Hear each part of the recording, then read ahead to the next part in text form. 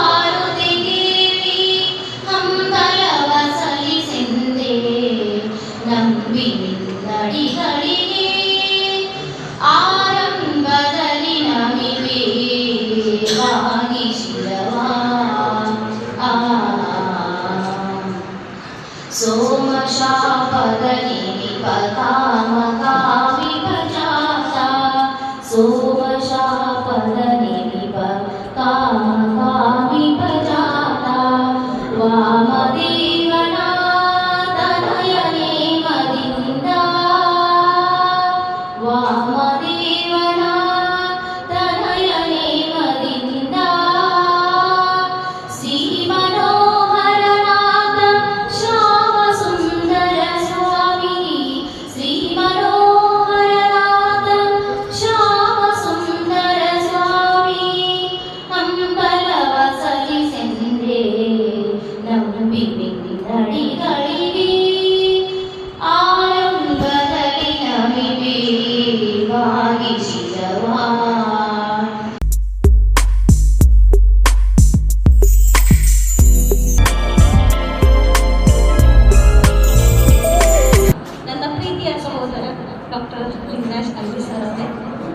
ಇನ್ನು ಈ ಕಾರ್ಯಕ್ರಮಕ್ಕೆ ಸಂಪನ್ಮೂಲ ವ್ಯಕ್ತಿಯಾಗಿ ಆಗಮಿಸಿರ್ತಕ್ಕಂಥ ನನ್ನ ಇನ್ನೋರ್ವ ಸಹೋದರ ಡಾಕ್ಟರ್ ಬಸವರಾಜ್ ಅಕ್ಕಿ ಅವರೇ, ಹಾಗೂ ಜಗದೀಶ್ ಹಡಗಲಿ ಸರ್ ಅವರೇ, ಆಮೇಲೆ ಮಂಗಳಾ ಅವರೇ, ನಮ್ಮೆಲ್ಲ ಕಾರ್ಯಕ್ರಮಕ್ಕೂ ಬೆನ್ನೆಲುಬಾಗಿ ನಿಂತು ಕಾರ್ಯಕ್ರಮದ ಯಶಸ್ವಿಗೆ ಕಾರಣಕರ್ತರಾಗಿರ್ತಕ್ಕಂಥ ನಮ್ಮ ಮಹಾವಿದ್ಯಾಲಯದ ಪ್ರಾಚಾರ್ಯ Shrimati doctor NC Patil madam ಅವರೇ, ಅಲ್ಲದೆ ಇಲ್ಲಿ ನೆರೆದಿರ್ತಕ್ಕಂಥ ಅತಿಥಿ ಅಭ್ಯಾಗಕರೇ, ಜೊತೆಗೆ ನನ್ನ ಸಹೋದ್ಯೋಗಿಗಳೇ, ಮುದ್ದು ವಿದ್ಯಾರ್ಥಿಗಳೇ, ನಾಲ್ವಡಿ ಕೃಷ್ಣರಾಜ ಒಡೆಯರ್ ಅವರು ಎಂಥ ಒಂದು ಸಾಮಾಜಿಕ ಕಾನೂನುಗಳ ಹರಿಕಾರ ಅಂತ ಕರೆಯಲ್ಪಡ್ತಕ್ಕಂಥ ನಾಲ್ವಡಿ ಕೃಷ್ಣರಾಜ ಒಡೆಯರು ಬಹುಶಃ ಅವರ ಥರದ ಆಳ್ವಿಕೆಯನ್ನ ನಾವೆಂದೂ ಹಿಂದೆ ಕಂಡಿಲ್ಲ, ಮುಂದೆ ಕಾಣಲಿಕ್ಕೆ ಸಾಧ್ಯತೆ ಇಲ್ಲ.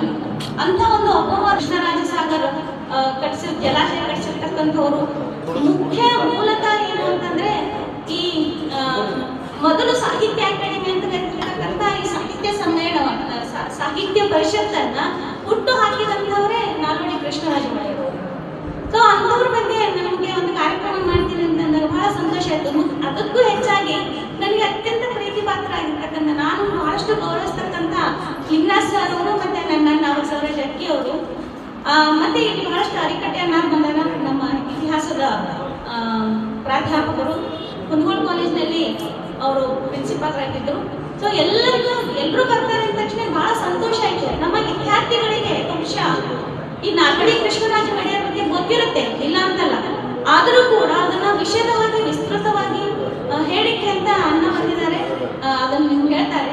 ಇನ್ನು ಮುಖ್ಯವಾಗಿ ಈ ನಾಲ್ವಡಿ ಕೃಷ್ಣರಾಜ ಒಡೆಯರ್ ಅವರು ಸೊ ಈ ಗೋಬಿ ಜನಾಂಗದವ್ರಿಗೆ, ಲಂಬಾಣಿ ಜನಾಂಗದವ್ರಿಗೆ, ಒಟ್ಟು ತಳ ಸಮುದಾಯದ ಎಲ್ಲ ಜನರಿಗೂ ಕೂಡ ಅವರು ಶಾಲೆಗಳನ್ನ ತೆರೀತಾರೆ.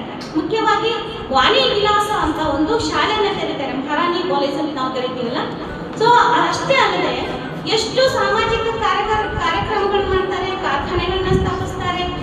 ಭದ್ರಾವತಿ ಉಕ್ಕು ಕಾರ್ಖಾನೆ ಇರ್ಬೋದು, ಅಥವಾ ಶಿವನ ಸಮುದ್ರದ ವಿದ್ಯುತ್ ಘಟಕ ಇರ್ಬೋದು, ಸಾಕಷ್ಟು ಕಾರ್ಯಗಳನ್ನ ಮತ್ತೆ ಸ್ಥಳ ಸಮುದಾಯದಲ್ಲಿ ಇರ್ತಕ್ಕಂಥ ಜನರಿಗೆ ಶಾಲೆಗಳನ್ನು ಸ್ಥಾಪಿಸ್ತಾರೆ. ಮತ್ತೆ ವಿಧವಾ ಮರು ವಿವಾಹಗಳಿಗೆ ಹೆಚ್ಚಿನ ಆದ್ಯತೆಯನ್ನು ಕೊಡ್ತಾರೆ. ಇದರ ಜೊತೆಗೆ ನಾವು ಈಗ ರಾತ್ರಿ ಶಾಲೆ ಅಂತ ಯಾರು ಅನಕ್ಷರಿರ್ತಾರ ಅವ್ರನ್ನ ಕಾರ್ಮಿಕರಿಗೆ ರಾತ್ರಿ ಶಾಲೆ ಅಂತ ಸರ್ಕಾರ ಒಂದು ಯೋಜನೆ ಹಾಕೋದು. ಈ ಬಹುಶಃ ಅವರ ಒಂದು ಪರಿಕಲ್ಪನೆ, ನಾಲ್ವಡಿ ಕೃಷ್ಣರಾಜ ಒಡೆಯರ ಪರಿಕಲ್ಪನೆ. ಸೊ ಹೀಗೆ ಇಂಥ ಒಬ್ಬ ಅದ್ಭುತ ವ್ಯಕ್ತಿತ್ವವನ್ನು ಇವತ್ತು ಹುಟ್ಟಿದ್ದಾರೆ ಅವರು. ಜೂನ್ 4ನೇ ತಾರೀಕು 1884ರಲ್ಲಿ ಅವ್ರ ಜನನ. ಇವತ್ತು ಅದನ್ನ ನಾವು ಒಂದು ವರ್ಷ ಸಾಹಿತ್ಯ ಪರಿಷತ್ತು ಮಾಡ್ತಾ ಇದ್ದಾರೆ ಅಂತ ಮಾಡೋದಲ್ಲ, ದಯವಿಟ್ಟು ಸರ್ಕಾರಕ್ಕೆ ಒಂದು ಮನವಿ ಸಲ್ಲಿಸಬೇಕು. ಕೃಷ್ಣರಾಜ ಒಡೆಯರ್ ಜನ್ಮದಿನಾಚರಣೆ ಕಡ್ಡಾಯವಾಗಿ ಎಲ್ಲರೂ ಆಚರಿಸುವಂತ ಆಗ್ಬೇಕು, ಅದು ನನ್ನ ಆಶಯ ಕೂಡ. ಯಾಕೆಂದ್ರೆ ಬಹುಶಃ ಅವರು ಮಾಡಿದಷ್ಟು ಕಾರ್ಯಗಳನ್ನ ಯಾರು ಎಲ್ಲಿ ಯಾವತ್ತೂ ಮಾಡಲೇ ಇಲ್ಲ. ತಳು ಸಮುದಾಯಕ್ಕೆ ನೋಡ್ರಿ, ಅರಮನೆಗೆ ಅವ್ರು ಬಂದು ಹೋಗ್ಬೇಕು ಅನ್ನೋದು ಮೊದಲೆಲ್ಲ ಅಸ್ಪೃಶ್ಯತೆ ಬಹಳಷ್ಟು ಇತ್ತು. ಅಂತ ಸಮಯದಲ್ಲಿ ಅವರು ಅರಮನೆಗೆ ಅವ್ರು ಕಳಿಸ್ಕೊಡ್ತಾರೆ. ಅಷ್ಟೇ ಅಲ್ಲ, ಪ್ರತಿಯೊಂದು ಹಳ್ಳಿಗಳಿಗೂ ಶಾಲೆಯನ್ನ ಸ್ಥಾಪನೆ ಮಾಡ್ತಾರೆ. ಮತ್ತೆ ಅಲ್ಲದೇನೆ ಮೈಸೂರಿನ ವಿಶ್ವವಿದ್ಯಾಲಯ ಅವರ ಕೃಪೆ, ಅವರಿಂದನೇ ನಿರ್ಮಾಣ ಆಗಿದೆ. ಹೀಗೆ ಸಾಕಷ್ಟು ಯೋಜನೆಗಳನ್ನ ಹಾಕೊಂಡ್ರು. ಉಕ್ಕು ಕಾರ್ಖಾನೆ ಇರ್ಬೋದು, ಕಾಗದ ಕಾರ್ಖಾನೆ ಇರ್ಬೋದು, ಮೈಸೂರು ಲ್ಯಾಂಪ್ಸ್ ಇರ್ಬೋದು, ಕಾರ್ಮಿಕರಿಗೋಸ್ಕರ. ಆಮೇಲೆ ಮಹಿಳೆಯರಿಗೆ, ಕಾರ್ಮಿಕ ಮಹಿಳೆಯರಿಗೆ ಹೆರಿಗೆ ರಜೆಯನ್ನ ಕಲಿಸ್ತಾರೋ ಅದನ್ನ ಜಾರಿಗೊಳಿಸ್ತಾರೆ. ಅಂದ್ರೆ ಎಷ್ಟೊಂದು ಕಾರ್ಯಕ್ರಮಗಳು ನೋಡ್ರಿ. ಮನುಷ್ಯ ಮಾತಾಡಬಾರ್ದ್ರಿ, ಮನುಷ್ಯನ ಕೆಲಸ ಮಾತಾಡೋದು. ಅಂದಾಗ ಮಾತ್ರ ಮನುಷ್ಯ ಶಾಶ್ವತವಾಗಿ ನೆಲೆಯಲಿಕ್ಕೆ ಸಾಧ್ಯತೆ ಇದೆ, ಇತಿಹಾಸದಲ್ಲಿ ಇರ್ಬೋದು ಅಥವಾ ಯಾರ ಜೀವನದಲ್ಲಿ ಇರ್ಬೋದು. ಅದಕ್ಕೆ ಅಂಥ ವ್ಯಕ್ತಿತ್ವವನ್ನು ಇವತ್ತು ಪರಿಚಯಿಸಲಿಕ್ಕೆ ಇಂಥ ದೊಡ್ಡ ಕಾರ್ಯಕ್ರಮವನ್ನು ಹಾಕೊಂಡಿದ್ದಾರೆ.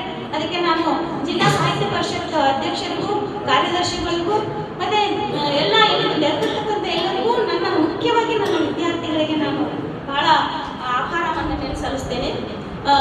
ಬಹುಶಃ ಈ ಒಂದು ಕಾರ್ಯಕ್ರಮ ನಮ್ಮಲ್ಲಿ ನಡೀಬೇಕಾಗಿತ್ತು. ಅದಕ್ಕೆ ಒತ್ತಾಸೆ ನೀಡಿದ್ದು ಲಿಂಗರಾಜ್ ಸರ್. ಮತ್ತೆ ಅಣ್ಣ ಬರ್ತಾರೆ ಅಂದ ತಕ್ಷಣ ಬಹಳ ಖುಷಿ ಆಯ್ತು ನನಗೆ. ನನ್ನ ಅಣ್ಣಂದ್ರು ಬಂದಿದ್ದಾರೆ, ನನ್ನ ತವರ್ಮನೆಯವರು ಬಂದಿದ್ದಾರೆ ಅನ್ನೋಷ್ಟು ಖುಷಿ ಇದೆ ನನಗೆ. ಸೊ ಇಷ್ಟಕ್ಕೆಲ್ಲ ಮುಖ್ಯವಾಗಿ ಕಾರಣಕರ್ತರಾಗಿರ್ತಕ್ಕಂಥವ್ರು ನಮ್ಮ ಮಹಾವಿದ್ಯಾಲಯದ ಪ್ರಾಂಶುಪಾಲರು ಡಾಕ್ಟರ್ ನೀಲಕ್ಕ ಪಾಟೀಲ್ ಅವರು ಹೇಳಿದರು. ನನಗೆ ಮೊದಲೇ ಸ್ವಲ್ಪ ತೊಂದರೆ ಇರೋದ್ರಿಂದ ಸ್ವಲ್ಪ ಹಿಂದೆ ಇದ್ದೇನೆ ಎಲ್ಲರಿಗೂ. ಸೊ ಇಂಥ ಒಂದು ಅವಕಾಶವನ್ನು ಕಲ್ಪಿಸಿಕೊಟ್ಟಿದ್ದೀರಿ. ತಮ್ಮೆಲ್ಲರಿಗೂ ನನ್ನ ಅನಂತ ಕೋಟಿ ನಮನಗಳನ್ನು ಸಲ್ಲಿಸುತ್ತಾ ನನ್ನ ಪ್ರಾಸ್ತಾವಿಕ ಮೀಟಿಗೆ ವಿರಾಮ ಹೇಳ್ತೀನಿ. ಜೈ ಹಿಂದ್. ಪೂರ್ಣ ಹೆಸರು ಡಾಕ್ಟರ್ ಲಿಂಗರಾಜ್ ರುದ್ರಪ್ಪ. 29/9/1962 ಬೆಳಗಾವಿ ಜಿಲ್ಲೆಯ ಸವದತ್ತಿಯಲ್ಲಿ ಜನಿಸಿದರು. ಪ್ರಾಥಮಿಕ ಶಿಕ್ಷಣವನ್ನು ಸರ್ಕಾರಿ ಹಿರಿಯ ಪ್ರಾಥಮಿಕ ಶಾಲೆ ಶಿರ್ಕೋಳ ತಾಲೂಕು ನವಲಗುಂದದಲ್ಲಿ ಮುಗಿಸಿ ನಂತರದ ಮಾಧ್ಯಮಿಕ ಶಿಕ್ಷಣವನ್ನು ಶ್ರೀ ಯೋಗೀಶ್ವರ ವಿದ್ಯಾಮಂದಿರ ಪ್ರೌಢಶಾಲೆ ಮೊರವ್ ತಾಲೂಕು ನವಲಗುಂದದಲ್ಲಿ ಮುಗಿಸಿ ನಂತರ ತಮ್ಮ ಪದವಿ ವಿದ್ಯಾಭ್ಯಾಸವನ್ನು SBS ಬೆಳ್ಳೂರಿ ಕಲಾ ಮತ್ತು ವಾಣಿಜ್ಯ ಮಹಾವಿದ್ಯಾಲಯ ಸವದತ್ತಿಯಲ್ಲಿ ಮುಗಿಸಿ ನಂತರದ ಸ್ನಾತಕೋತ್ತರ ಪದವಿಯನ್ನು ಕರ್ನಾಟಕ ವಿಶ್ವವಿದ್ಯಾಲಯ ಧಾರವಾಡದಲ್ಲಿ ಮುಗಿಸಿದರು. ನಂತರ ತಮ್ಮ ಕಾನೂನು ಪದವಿಯನ್ನು KPES ಕಾನೂನು ಮಹಾವಿದ್ಯಾಲಯ ಧಾರವಾಡದಲ್ಲಿ ಮುಗಿಸಿದರು. ಒಟ್ಟಾರೆಯಾಗಿ MA ಅರ್ಥಶಾಸ್ತ್ರದಲ್ಲಿ ಮುಗಿಸಿ ನಂತರದ LLB special, PhD, PGDCA, PJ, DBS ಅನ್ನುವಂತಹ ಎಲ್ಲ ವಿದ್ಯಾರ್ಹತೆಯನ್ನು ಪಡೆದಿದ್ದಾರೆ. ನಂತರ ಈ ಪ್ರಸ್ತುತವಾಗಿ ನ್ಯಾಯವಾದಿಗಳಾಗಿ ಹುಬ್ಬಳ್ಳಿಯಲ್ಲಿ ತಮ್ಮ ಸೇವೆಯನ್ನು ಸಲ್ಲಿಸುತ್ತಿದ್ದಾರೆ. ಪ್ರಸ್ತುತವಾಗಿ ಇನ್ನಿತರ ಸಂಘಟನೆಗಳಲ್ಲಿ ತಮ್ಮ ಸೇವೆಯನ್ನು ಸಲ್ಲಿಸುತ್ತಿದ್ದಾರೆ. ಕರ್ನಾಟಕ ಜಿಲ್ಲಾ ಪರಿಷತ್ ಧಾರವಾಡ 3ನೇ ಅವಧಿಯ ಅಧ್ಯಕ್ಷರಾಗಿ, ಕರ್ನಾಟಕ ರಾಜ್ಯ ಅಕ್ಕಮಹಾದೇವಿ ಮಹಿಳಾ ವಿಶ್ವವಿದ್ಯಾಲಯ ಕಾಲೇಜು ಶಿಕ್ಷಕರ ಸಂಘ ವಿಜಯಪುರ ಗೌರವ ಅಧ್ಯಕ್ಷರಾಗಿ, ಕರ್ನಾಟಕ ರಾಜ್ಯ ಹಿರಿಯ ನಾಗರಿಕರ ಹಾಗೂ ನಿವೃತ್ತ ನೌಕರರ ಕ್ಷೇಮಾಭಿವೃದ್ಧಿ ಸಂಘ ಹುಬ್ಬಳ್ಳಿಯ ಉಪಾಧ್ಯಕ್ಷರಾಗಿ, ಕರ್ನಾಟಕ ಅರ್ಥಶಾಸ್ತ್ರ ಒಕ್ಕೂಟದ ನಿಕಟಪೂರ್ವ ಅಧ್ಯಕ್ಷರಾಗಿ, ಡಾಕ್ಟರ್ ಸಂಗಮೇಶ್ ಹಂಡ್ಗಿ ಸಾಹಿತ್ಯ ಪ್ರತಿಷ್ಠಾನ ಹುಬ್ಬಳ್ಳಿ ಉಪಾಧ್ಯಕ್ಷರಾಗಿ, ಭಾರತೀಯ ವಿದ್ಯಾಕೇಂದ್ರ ಧಾರವಾಡ ಆಡಳಿತ ಮಂಡಳಿಯ ಸದಸ್ಯರಾಗಿ, ಡಾಕ್ಟರ್ PC ಐತರಂಗ ಗುರುಗಳ ಧಾರವಾಡ ಟ್ರಸ್ಟಿಯಾಗಿ ತಮ್ಮ ಸೇವೆಯನ್ನು ಸಲ್ಲಿಸುತ್ತಿದ್ದಾರೆ. ಇದಲ್ಲದೆ ಇನ್ನಿತರ ಸೇವೆಯನ್ನು ಕೂಡ ತಮ್ಮ ವಿದ್ಯಾರ್ಥಿ ದೆಸೆಯಿಂದಲೇ ಅವರು ಸಲ್ಲಿಸಿದ್ದಾರೆ. ನೋಡುವುದಾದರೆ ವಿದ್ಯಾರ್ಥಿ ದೆಸೆಯಿಂದಲೇ ವಿದ್ಯಾರ್ಥಿ ಸಂಘಟನೆ ಸೇರಿದಂತೆ ವಿವಿಧ ಪ್ರಗತಿಪರ ಸಂಘಟನೆಗಳಲ್ಲಿ ಕಾರ್ಯನಿರ್ವಹಣೆಯನ್ನು ಮಾಡಿದ್ದಾರೆ. ಕರ್ನಾಟಕ ವಿಶ್ವವಿದ್ಯಾಲಯ ಧಾರವಾಡ ಸಿಂಡಿಕೇಟ್, ಸಿನೆಟ್ ಹಾಗೂ ಅಕಾಡೆಮಿಕ್ ಕೌನ್ಸಿಲ್ಗಳ ಸದಸ್ಯರಾಗಿ ಸೇವೆಯನ್ನು ಸಲ್ಲಿಸಿದ್ದಾರೆ. ಕರ್ನಾಟಕ ವಿಶ್ವವಿದ್ಯಾಲಯ ಕಾಲೇಜು ಶಿಕ್ಷಕ ಸಂಘದ 2 ಅವಧಿಯ ಅಧ್ಯಕ್ಷರಾಗಿ ತಮ್ಮ ಸೇವೆಯನ್ನು ಸಲ್ಲಿಸಿದ್ದಾರೆ. ಕರ್ನಾಟಕ ರಾಜ್ಯ ವಿಶ್ವವಿದ್ಯಾಲಯ ಹಾಗೂ ಕಾಲೇಜು ಅಧ್ಯಾಪಕರುಗಳ ಸಂಘಗಳ ಒಕ್ಕೂಟದ ರಾಜ್ಯಾಧ್ಯಕ್ಷರಾಗಿ ಸೇವೆಯನ್ನು ಸಲ್ಲಿಸಿದ್ದಾರೆ. ಅಖಿಲ ಭಾರತ ವಿಶ್ವವಿದ್ಯಾಲಯ ಹಾಗೂ ಕಾಲೇಜು ಅಧ್ಯಾಪಕರುಗಳ ಸಂಘಗಳ ಒಕ್ಕೂಟ ಕಲ್ಕತ್ತಾ 2 ಅವಧಿಗೆ ವಲಯ ಕಾರ್ಯದರ್ಶಿಯಾಗಿ ಸೇವೆಯನ್ನು ಸಲ್ಲಿಸಿದ್ದಾರೆ. ನಿವೃತ್ತ ಪ್ರಾಚಾರ್ಯರು SGMVS ಮಹಿಳಾ ವಿಶ್ವವಿದ್ಯಾಲಯ JC ನಗರ್ ಹುಬ್ಬಳ್ಳಿ ಹಾಗೂ ವಿವಿಧ ಸಂಘಟನೆಗಳನ್ನು ಕೂಡ ಸರ್ ಅವರು ಸಂಘಟಿಸಿದ್ದಾರೆ. 2019 ಜನವರಿ 4ರಿಂದ 6 ದಿನಾಂಕದಂದು ನಡೆದಂತಹ ಧಾರವಾಡದಲ್ಲಿ ಯಶಸ್ವಿಯಾಗಿ ನಡೆದಂತಹ 84ನೇ ಅಖಿಲ ಭಾರತ ಕನ್ನಡ ಸಾಹಿತ್ಯ ಸಮ್ಮೇಳನವನ್ನು ಸಂಘಟಿಸಿದ್ದಾರೆ. 2015ರಲ್ಲಿ ಧಾರವಾಡದಲ್ಲಿ ನಡೆದ ಕನ್ನಡ ಸಾಹಿತ್ಯ ಪರಿಷತ್ ಶತಮಾನೋತ್ಸವದ ಕಾರ್ಯಕ್ರಮವನ್ನು ಕೂಡ ಸಂಘಟಿಸಿದ್ದಾರೆ. 10ನೇ ಜಿಲ್ಲಾ ಕನ್ನಡ ಸಾಹಿತ್ಯ ಸಮ್ಮೇಳನಗಳು, 40 ಕನ್ನಡ ಸಾಹಿತ್ಯ ಸಮ್ಮೇಳನಗಳನ್ನು ಕೂಡ ಸಂಘಟಿಸಿದ್ದಾರೆ. 100 ಸಾಹಿತ್ಯಿಕ ಸಾಂಸ್ಕೃತಿಕ ಕಾರ್ಯಕ್ರಮಗಳನ್ನು ಕೂಡ ನಡೆಸಿಕೊಟ್ಟಿದ್ದಾರೆ. ಇದಲ್ಲದೆ ಅಜೀವ ಸದಸ್ಯರಾಗಿ ಅಖಿಲ ಭಾರತ ಶರಣ ಸಾಹಿತ್ಯ ಪರಿಷತ್ ಮೈಸೂರು, ಕನ್ನಡ ವಿದ್ಯಾವರ್ಧಕ ಸಂಘ ಧಾರವಾಡ, ಡಾಕ್ಟರ್ DS ಸಾಹಿತ್ಯ ವೇದಿಕೆ ಹುಬ್ಬಳ್ಳಿ, ಅನನ್ಯ ಸಾಹಿತ್ಯ ಕೂಟ ಹುಬ್ಬಳ್ಳಿ, ಕರ್ನಾಟಕ ರಾಜ್ಯ ವಿಜ್ಞಾನ ಪರಿಷತ್ Bengaluru, Indian Economic Association Calcutta, Indian Society of Labour Economics ನವದೆಹಲಿಯ ಅಜೀವ ಸದಸ್ಯರಾಗಿ ಉಳಿದಿದ್ದಾರೆ.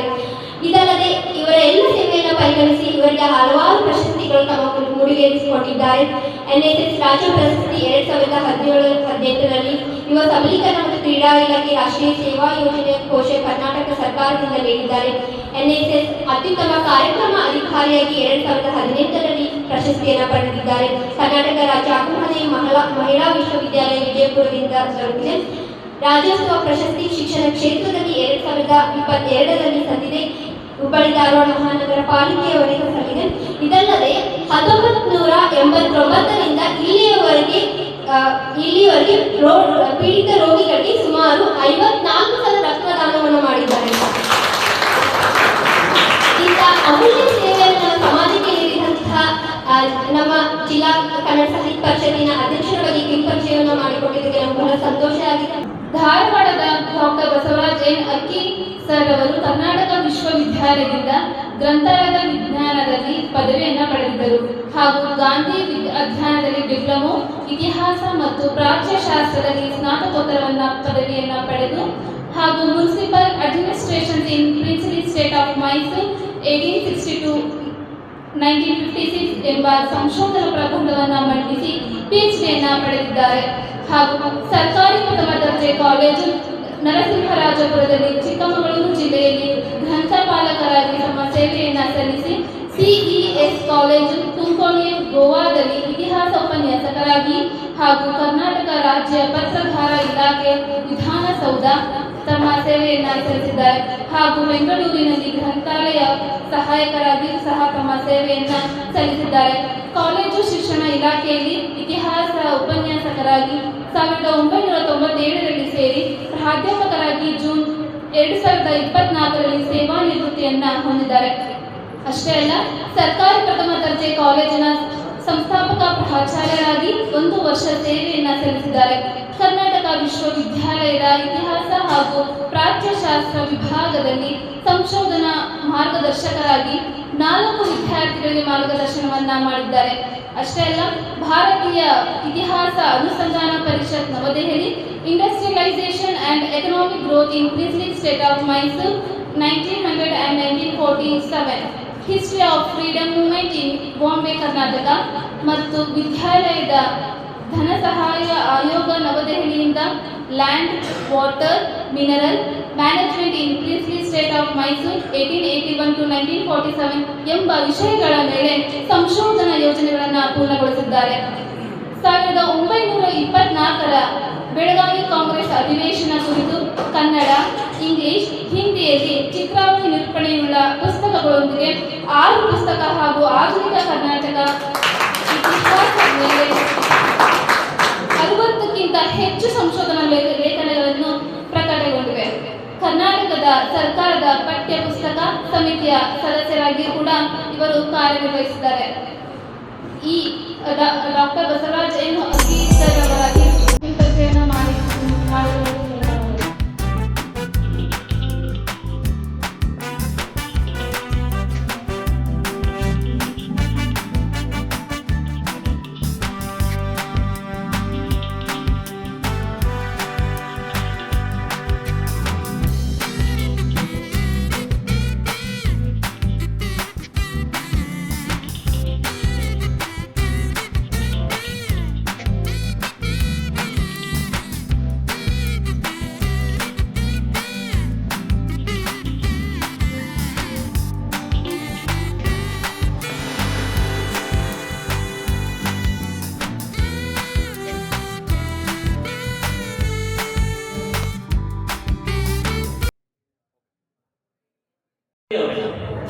ಮೇಡಮ್ ಭಾಳ ಚೆನ್ನಾಗಿ ಹೇಳಿದ್ರು. ಲಿಂಗರಾಜ್ ಅಂಗಡಿ ಎಲ್ಲ ಅಂಗಡಿ ಅಂತ ಅವ್ರು ಇಷ್ಟಲ್ಲ ಸರ್.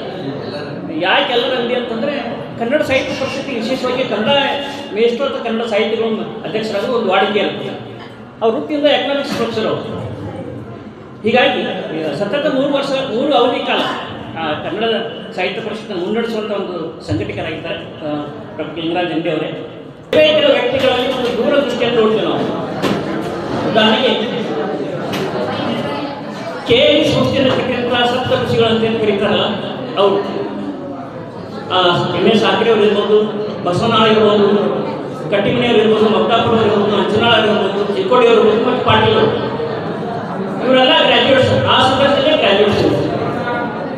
ಸೊ ಒಂದು ನಮ್ಮ ಉತ್ತರ ಕರ್ನಾಟಕದ ಒಂದು ಸೌಭಾಗ್ಯ ಅಂತ ಹೇಳ್ಬೋದು. ಯಾಕಂದ್ರೆ ನಮಗೆ ಗೌರ್ಮೆಂಟ್ ಕಾಲೇಜ್ ಸ್ಟಾರ್ಟಿಂಗ್ ಭಾಳ ಕಡಿಮೆ.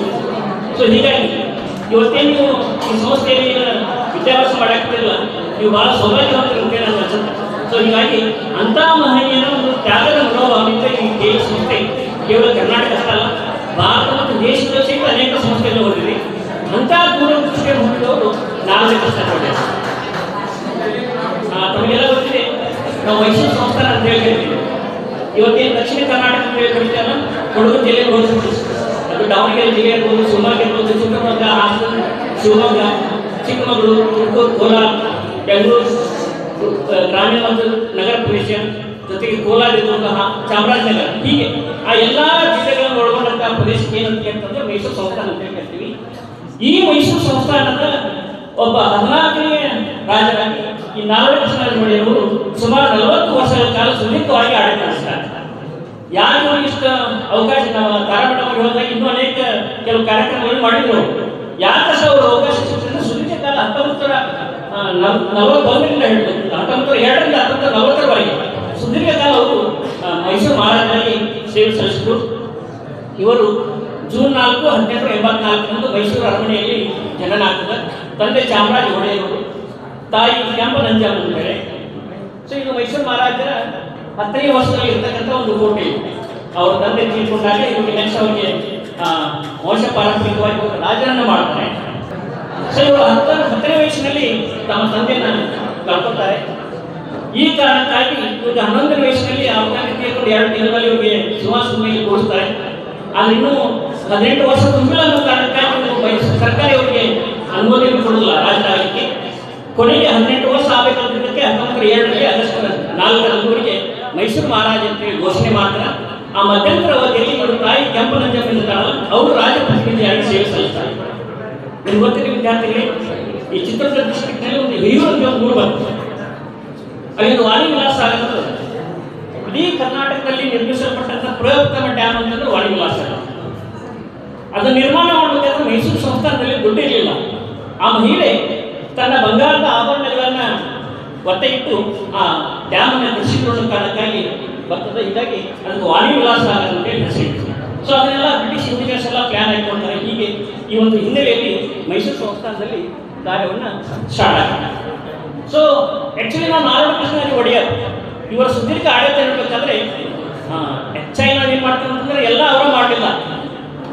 ಅವರು ಸೌಭಾಗ್ಯ ಇತ್ತು, ಅವ್ರಿಗೆ ಅತ್ಯುತ್ತಮವಾದ ದಿವಾನರು ಕಾರ್ಯವನ್ನು ಮಾಡಿದ್ರು. ಅವರು 7 ಜನ ದಿವಾನರು. ಸೊ ಇವರು PN ಕೃಷ್ಣಮೂರ್ತಿ ಅಂತ ಹೇಳಿ 1901ರಿಂದ 6 ಕಾರ್ಯಕ್ರಮ, BP ಮಾಧವರಾವ್ ಅವರನ್ನು ಹೇಳಿ 6ರಿಂದ 9 ಹೀಗೆ ಈ ಆನಂದ ಸರ್ ವಿಶ್ವೇಶ್ವರಯ್ಯ, ಕಾಂತರಾಜ್, ಅಲ್ಬಿನ್ ಬ್ಯಾನರ್ಜಿ ಮತ್ತು ಕೊನೆಗೆ ಮಿರ್ಜಾ ಇಸ್ಮಾಯಿಲ್, ಈ 7 ಜನ ಅದರಲ್ಲಿ ಕಾರ್ಯನಿರ್ವಹಿಸಿದರು.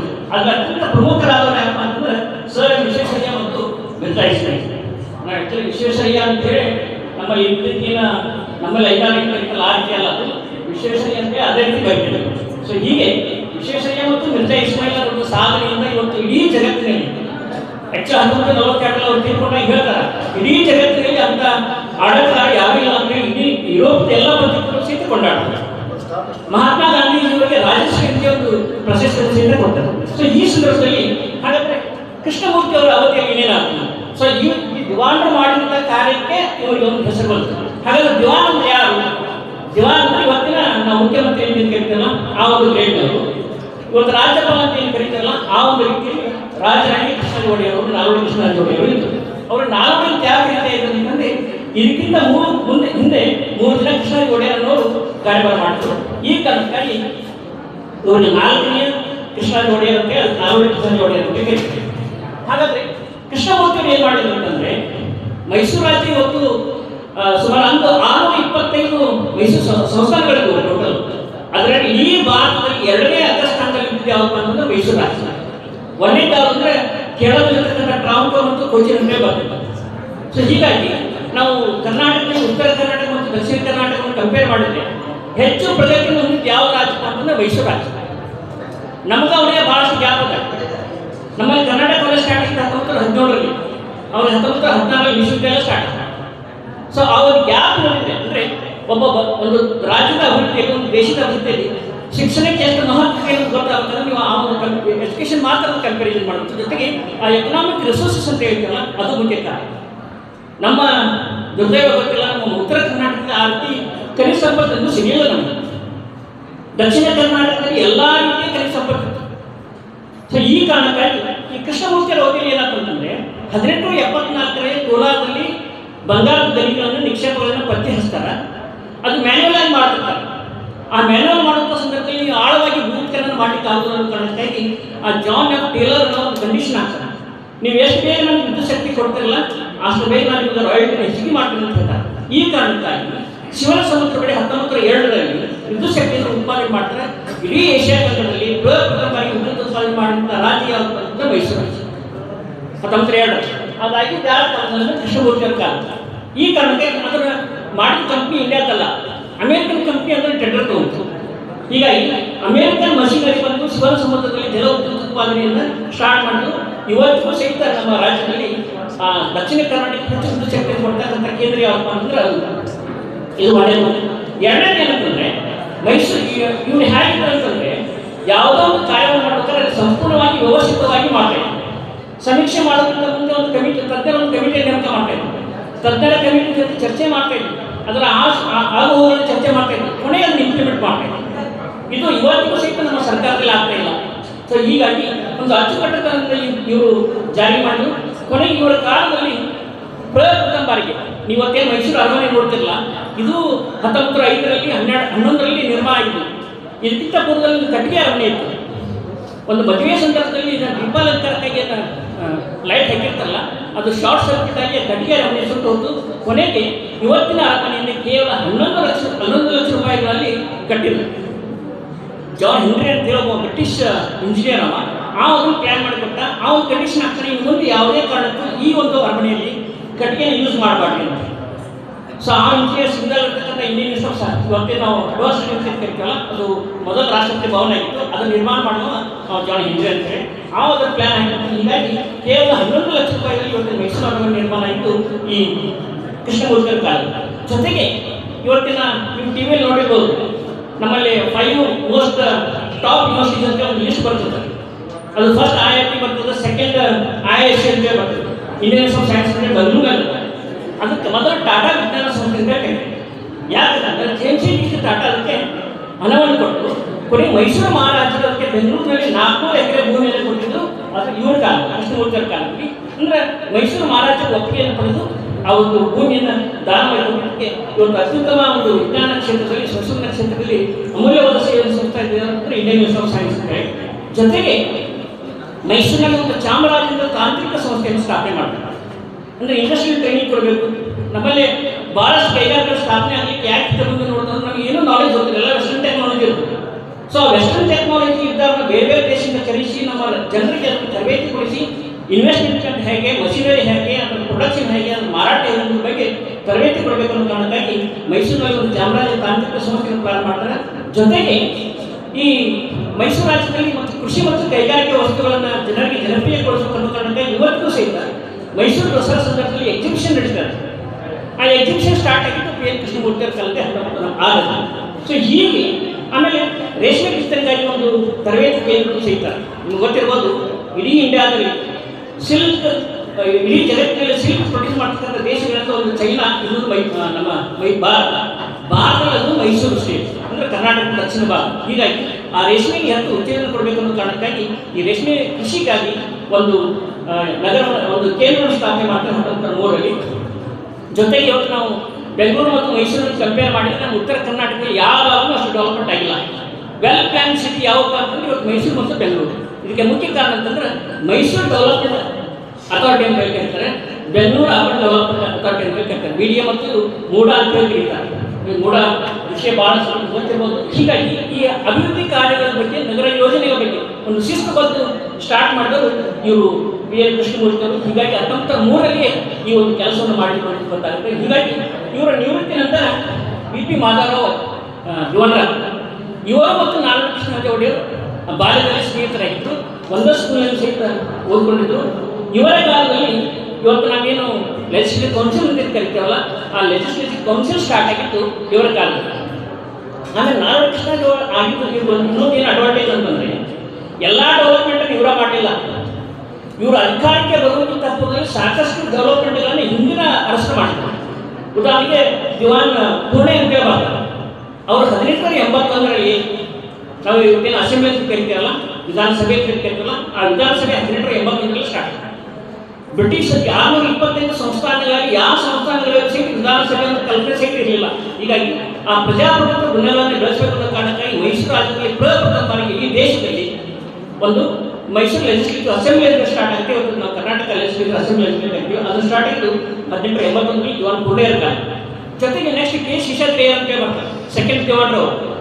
ಅವ್ರ ಕಾಲದಲ್ಲಿ ಆದಂಥ ಡೆವಲಪ್ಮೆಂಟ್ ಏನಿದೆಯಲ್ಲ, that laid foundation to the rule of Nalvadi Krishnaraja Wodeyar. Nalvadi Krishnaraja Wodeyar ಬಗ್ಗಿಂತ ಪೂರ್ವದಲ್ಲಿ ದಿವಾನ್ ಪೂರ್ಣೆ ಮತ್ತು ಶೇಷಾದ್ರಿಯರ್ ಕಾರ್ಯಭಾರ ಮಾಡಿದ್ರು. ಅವರ ಕಾಲದಲ್ಲಿ ಶಿಕ್ಷಣ, ವಿದ್ಯುತ್ ಶಕ್ತಿ ಮತ್ತು ಆಸ್ಪತ್ರೆ ಇವುಗಳಿಗೆ ಮ್ಯಾಕ್ಸಿಮಮ್ ಅವ್ರು ಏನು ಮಾಡಿದ್ರು ಅಂತಂದರೆ ಇಂಪಾರ್ಟೆನ್ಸ್ ಕೊಟ್ಟರು. ಈ ಕಾರಣಕ್ಕಾಗಿ ಇವಾಗ ಫೌಂಡೇಶನ್ ಸಿಗ್ತದೆ, ಸ್ಟ್ರಾಂಗ್ ಫೌಂಡೇಶನ್. ಇನ್ನು ಮುಂದೆ ಯಾವ ರೀತಿ ರಾಜ್ಯ ಅಭಿವೃದ್ಧಿ ಆಗುತ್ತೆ. ಸೊ BP ಮಾಧವರಾವ್ ಕಾಲದಲ್ಲಿ ಬೆಂಗಳೂರು ಮತ್ತು ಮೈಸೂರಿಗೆ ಪ್ರಥಮ ಬಾರಿ ವಿದ್ಯುತ್ ದೀಪವನ್ನು ಸಾರ್ವಜನಿಕರಿಗೆ ನೀಡಲಾಯಿತು. ಅದಕ್ಕಿಂತ ಪೂರ್ವದಲ್ಲಿ ಕೇವಲ ಕೈಗಾರಿಕೆಗಳಿಗೆ ಮಾತ್ರ ಸೀಮಿತ ಆಗಿತ್ತು. ಬೆಂಗಳೂರು ನಗರಕ್ಕೆ ಆಮೇಲೆ ಇವತ್ತು ನೀವು ಯಾರಾದರೂ ವಿಧಾನಸೌಧದೊಂದು ಸ್ಯಾಂಕೆ ಟ್ಯಾಂಕ್ ಅಂತ ಹೇಳಿ ಬರ್ತದೆ, ಫೇಮಸ್ ಟ್ಯಾಂಕ್. ಸ್ಯಾಂಕೆ ಅಂತ ಇಂಜಿನಿಯರ್ ಹೆಸರು, ಬ್ರಿಟಿಷ್ ಇಂಜಿನಿಯರ್ ಹೆಸರು. ಆಮೇಲೆ ಹೇಸಗಟ್ಟ ಅಂತ ಮತ್ತೊಂದು ಬರ್ತದೆ. ಆ ಹೇಸಗಟ್ಟ ಮತ್ತು ಸ್ಯಾಂಕೆ ಕೈಯಿಂದ ಬೆಂಗಳೂರು ನಗರಕ್ಕೆ ನೀರು ಸರಬರಾಜು ಮಾಡಬೇಕು ಅನ್ನೋ ಒಂದು ಕಲ್ಪನೆಯನ್ನು ಸ್ಟಾರ್ಟ್ ಮಾಡಿದ್ದು ಬಿ ಪಿ ಮಾತಾಡೋ ಕಾಲದಲ್ಲಿ. ಹೀಗೆ ಈ ಜನೋಪಯೋಗಿ ಕೆಲಸವನ್ನು, ಸಾರ್ವಜನಿಕ ಉಪಯುಕ್ತ ಕೆಲಸವನ್ನು ಮಾಡಿದವರು ಇವರು. ಕೊನೆಗೆ ನಮ್ಮ ಟಿ ಆನಂದರಾವ್ ಬರ್ತಾರೆ. ಇವರ ಕಾಲದಲ್ಲಿ ಫಸ್ಟ್ ಟೈಮ್ ನಿಮಗೆ ರೈಲ್ವೆ ಲೈನ್ ತಿನ್ನಿರ್ತಲ್ಲ, ಈ ರೈಲ್ವೆ ಲೈನ್ ಆ್ಯಕ್ಚುಲಿ 1881 ಸ್ಟಾರ್ಟ್ ಆಗಿತ್ತು. ಬೆಂಗಳೂರು ಮತ್ತು ಜೋಲಾರ್ಗೆ ನಡುವೆ ಕನೆಕ್ಷನ್ ಕೊಡುವಂಥದ್ದು. ಇವರ ಕಾಲದಲ್ಲಿ ನಮ್ಮ ಮೈಸೂರು ಸಂಸ್ಥಾನದಲ್ಲಿ ಅಂದರೆ ಅರಸೀಕೆರೆಯಿಂದ ಹಿಡಿದು ನೀವು ಬೆಂಗಳೂರು ಮತ್ತು ಮೈಸೂರು ಹೀಗೆ ಬೇರೆ ಬೇರೆ ಭಾಗ ಇರ್ಬೋದು, ಆ ಭಾಗಕ್ಕೆ ಕನೆಕ್ಷನ್ ಕೊಟ್ಟಿದ್ದು ಯಾವತ್ತು ಅಂತಂದರೆ ರೈಲ್ವೆಯಿಂದ ಏನಾಗಿತ್ತಂದರೆ ಕೃಷಿ ಉತ್ಪಾದಕ ವಸ್ತುಗಳು ಎಲ್ಲ ಜಿಲ್ಲೆಗಳಿಗೆ ಹೋಗ್ಲಿಕ್ಕೆ ಅನುಕೂಲ ಆಗ್ತದೆ, ಎಲ್ಲ ಜಿಲ್ಲೆಗಳ ಕೃಷಿ ಉತ್ಪಾದನೆ ಬೆಂಗಳೂರು ಬರ್ಲಿಕ್ಕೆ ಅನುಕೂಲ ಆಗ್ತದೆ. ಇದೊಂದು ರಾಷ್ಟ್ರ ಮಟ್ಟದಲ್ಲಿ ಒಂದು ಕೃಷಿ ಅಭಿವೃದ್ಧಿ ರಾಜ್ಯ ಅನ್ನೋದಕ್ಕೆ ಹೆಸರಾಗಲಿಕ್ಕೆ ಕಾರಣ ಇದು ಆಗಬೇಕು. ಜೊತೆಗೆ ಮೈಸೂರು ಎಕನಾಮಿಕ್ ಕಾನ್ಫರೆನ್ಸ್ ಅಂತ ಒಂದು ಸ್ಟಾರ್ಟ್ ಆಗಿದೆ. ಇದರ ಕಲ್ಪನೆ ಕೊಟ್ಟವರು ಯಾರು ಅಂದ್ರೆ ವಿಶ್ವೇಶ್ವರಯ್ಯ ಒಂದ್ಸಲ ಜಪಾನ್ಗೆ ಟೂರ್ ಹೋಗಿರ್ತಾರೆ. ಅಲ್ಲಿ ಜಪಾನ್ನಲ್ಲಿ ಇಟ್ಟು ಒಂದು ಆರ್ಥಿಕ ಸಮ್ಮೇಳನ ಅಂತ ಒಂದು ಅಂದರೆ ಆ್ಯಕ್ಚುಲಿ ಒಂದು ನಾವೇನಾದ್ರು ಒಂದು ಪ್ಲಾನಿಂಗ್ ಕಮಿಷನ್ ಅಂತ ಏನಿರ್ತಲ್ಲ, ಅದು ಕೇಂದ್ರ ಸರ್ಕಾರ ಮತ್ತು ರಾಜ್ಯ ಸರ್ಕಾರದಲ್ಲಿ ಇರ್ತದೆ. ಆ ಪ್ಲಾನಿಂಗ್ ಕಮಿಷನ್ ರೂಪದಲ್ಲಿ ಮೈಸೂರು ಎಕನಾಮಿಕ್ ಕಾನ್ಫರೆನ್ಸ್ ಅಂತ ಟಿ ಆನಂದ ಸ್ಟಾರ್ಟ್ ಮಾಡಿದ್ರು. ಅದು ಈಗ ಮಾಧವ ಸ್ಟಾರ್ಟ್ ಮಾಡಿದ್ರು. ಅದರ ಮುಖ್ಯ ಉದ್ದೇಶ ಏನಪ್ಪ ಅಂತಂದ್ರೆ ಶಿಕ್ಷಣ, ಕೈಗಾರಿಕೆ ಮತ್ತು ನೀರಾವರಿ ಈ ಮೂರು ಕ್ಷೇತ್ರಗಳಲ್ಲಿ ಯಾವ ರೀತಿ ಅಭಿವೃದ್ಧಿ ಹೊಂದಿರುತ್ತೆ ಅಂತ ಹೇಳಿ ಆ ತಜ್ಞರ ಒಂದು ಸಮಿತಿಯನ್ನು ಮಾಡ್ತಾರೆ. ಪ್ರತಿ ವರ್ಷ ಅದು ವಾರ್ಷಿಕ ಸಮ್ಮೇಳನ ಮಾಡ್ತಾರೆ. ಮೈಸೂರು ರಾಜ್ಯದಲ್ಲಿ ಏನೇನು ಡೆವಲಪ್ಮೆಂಟ್ ಆಗಬೇಕು ಅನ್ನೋದ್ರ ಬಗ್ಗೆ ಆ ಮೈಸೂರು ಎಕನಾಮಿಕ್ ಕಾನ್ಫರೆನ್ಸ್ ಅಂತ ಸ್ಟಾರ್ಟ್ ಮಾಡ್ತಾರೆ. ಸೊ ಇದರ ಮುಂದುವರಿಸ್ಕೊಂಡು ಹೋದವರು ಯಾರು ಅಂತಂದ್ರೆ ಸರ್ ವಿಶ್ವೇಶ್ವರಯ್ಯ. ಹೀಗಾಗಿ ವಿಶ್ವೇಶ್ವರಯ್ಯರ ಸಲಹೆ ಮೇರೆಗೆ ಆನಂದರಾವ್ ಅವರ ಕಾಲದಲ್ಲಿ ಈ ಮೈಸೂರು ಎಕನಾಮಿಕ್ ಕಾನ್ಫರೆನ್ಸ್ ಸ್ಟಾರ್ಟ್ ಆಯಿತು. ಇದು ಒಂದು ಅತ್ಯುತ್ತಮ ಸಂಸ್ಥೆ ನಿರ್ವಹಿಸಬೇಕು. ಕೊನೆಗೆ ನಾವೇನು KRS ಬೇಕಲ್ಲ, ಕನ್ನಡ ಸಂಘ ಡ್ಯಾಮ್ ಬೇಕಲ್ಲ, ಇದರ ಕನ್ಸ್ಟ್ರಕ್ಷನ್ ಸ್ಟಾರ್ಟ್ ಆಗಿದ್ದು ಆನಂದರಾವ್ ಅವರ ಕಾಲದಲ್ಲಿ. ಅದರ ಸಂಪೂರ್ಣ ಪ್ಲಾನ್ ತಯಾರು ಮಾಡಿದವರು ಯಾರು ಅಂದ್ರೆ ವಿಶ್ವೇಶ್ವರಯ್ಯ ದಿವಂಗತ ಪೂರ್ವದಲ್ಲಿ ಮೈಸೂರು ಸಂಸ್ಥಾನದಲ್ಲಿ ಚೀಫ್ ಇಂಜಿನಿಯರ್ ಆಗಿದ್ದಾರೆ. ಜಸ್ಟ್ ಇಮ್ಯಾಜಿನ್ ಮಾಡಿರಿ, ನಮಗೆ ಇವತ್ತು BA ಮೆಥಮೆಟಿಕ್ಸ್ ಕಲಿಯಲಿಕ್ಕೆ ಪ್ರಯೋಜನ ಇಲ್ಲ. ವಿಶ್ವೇಶ್ವರಯ್ಯ BA ಡಿಗ್ರಿ ಪಡ್ಕೊಂಡು ಮೆಥಮೆಟಿಕ್ಸ್ ಸ್ಟಡಿ ಮಾಡಿದ್ರು. ಕೊನೆಗೆ ಪುನಃ ಹೋಗಿ ಅಟೆಂಡ್ ಮಾಡಬೇಕಾಯ್ತು ಬಾಂಬೆಗೆ ಹೋಗಿ. ಅಲ್ಲಿ ಅವರಿಗೆ ಗೊತ್ತಿರಲಿಲ್ಲ. ಜಸ್ಟ್ ಇಮ್ಯಾಜಿನ್ ಮಾಡಿರೋ ಬ್ರಿಟಿಷ್ ಪ್ರಿನ್ಸಿಪಾಲ್ ರೋಸ್ ಅಂತ ಹೇಳಿ, ವಿಲಿಯಂ ರೋಸ್ ಅಂತ ಹೇಳಿ ಕೊಟ್ಟ ರೆಕಮೆಂಡೇಶನ್ ಲೆಟರ್ನಿಂದ ಅಂದಿನ ದೇವನಾಯಕ ಪೂರ್ಣಯ್ಯ ಇವ್ರನ್ನ ಮೈಸೂರು ಸ್ಟೇಟ್ ಗೌರ್ಮೆಂಟ್ ಸ್ಕಾಲರ್ಶಿಪ್ ಕೊಟ್ಟು ಬಾಂಬೆ ಕಳಿಸ್ತಾರೆ. ಆ ಕಾಲೇಜಿನ ಒಂದು ಕಂಡೀಷನ್ ಇರ್ತದೆ, ಯಾರಾದರೂ ಪ್ರಪ್ರಥಮ ರ್ಯಾಂಕ್ ಬಂದರೆ ಇಮಿಡಿಯೇಟ್ ನೆಕ್ಸ್ಟ್ ಡೇನ ಅವರು PW ಡಿಪಾರ್ಟ್ಮೆಂಟ್ನಲ್ಲಿ ಇಂಜಿನಿಯರ್ ಆಗಿ ನಿಂತ್ಕೊಳ್ತಾ ಇದ್ದಾರೆ. ಆ ರೀತಿ ನೇಮಕಗೊಂಡಂಥ ಪ್ರಪ್ರಥಮ ಭಾರತೀಯ ಯಾರಪ್ಪ ಅಂತಂದ್ರೆ ಸರ್ ವಿಶ್ವೇಶ್ವರಯ್ಯ. ಅದಕ್ಕಿಂತ ಪೂರ್ವದಲ್ಲಿ ಬರೀ ಯುರೋಪಿಯನ್ಸ್ ಆಗ್ತಾ ಇದ್ದಾರೆ.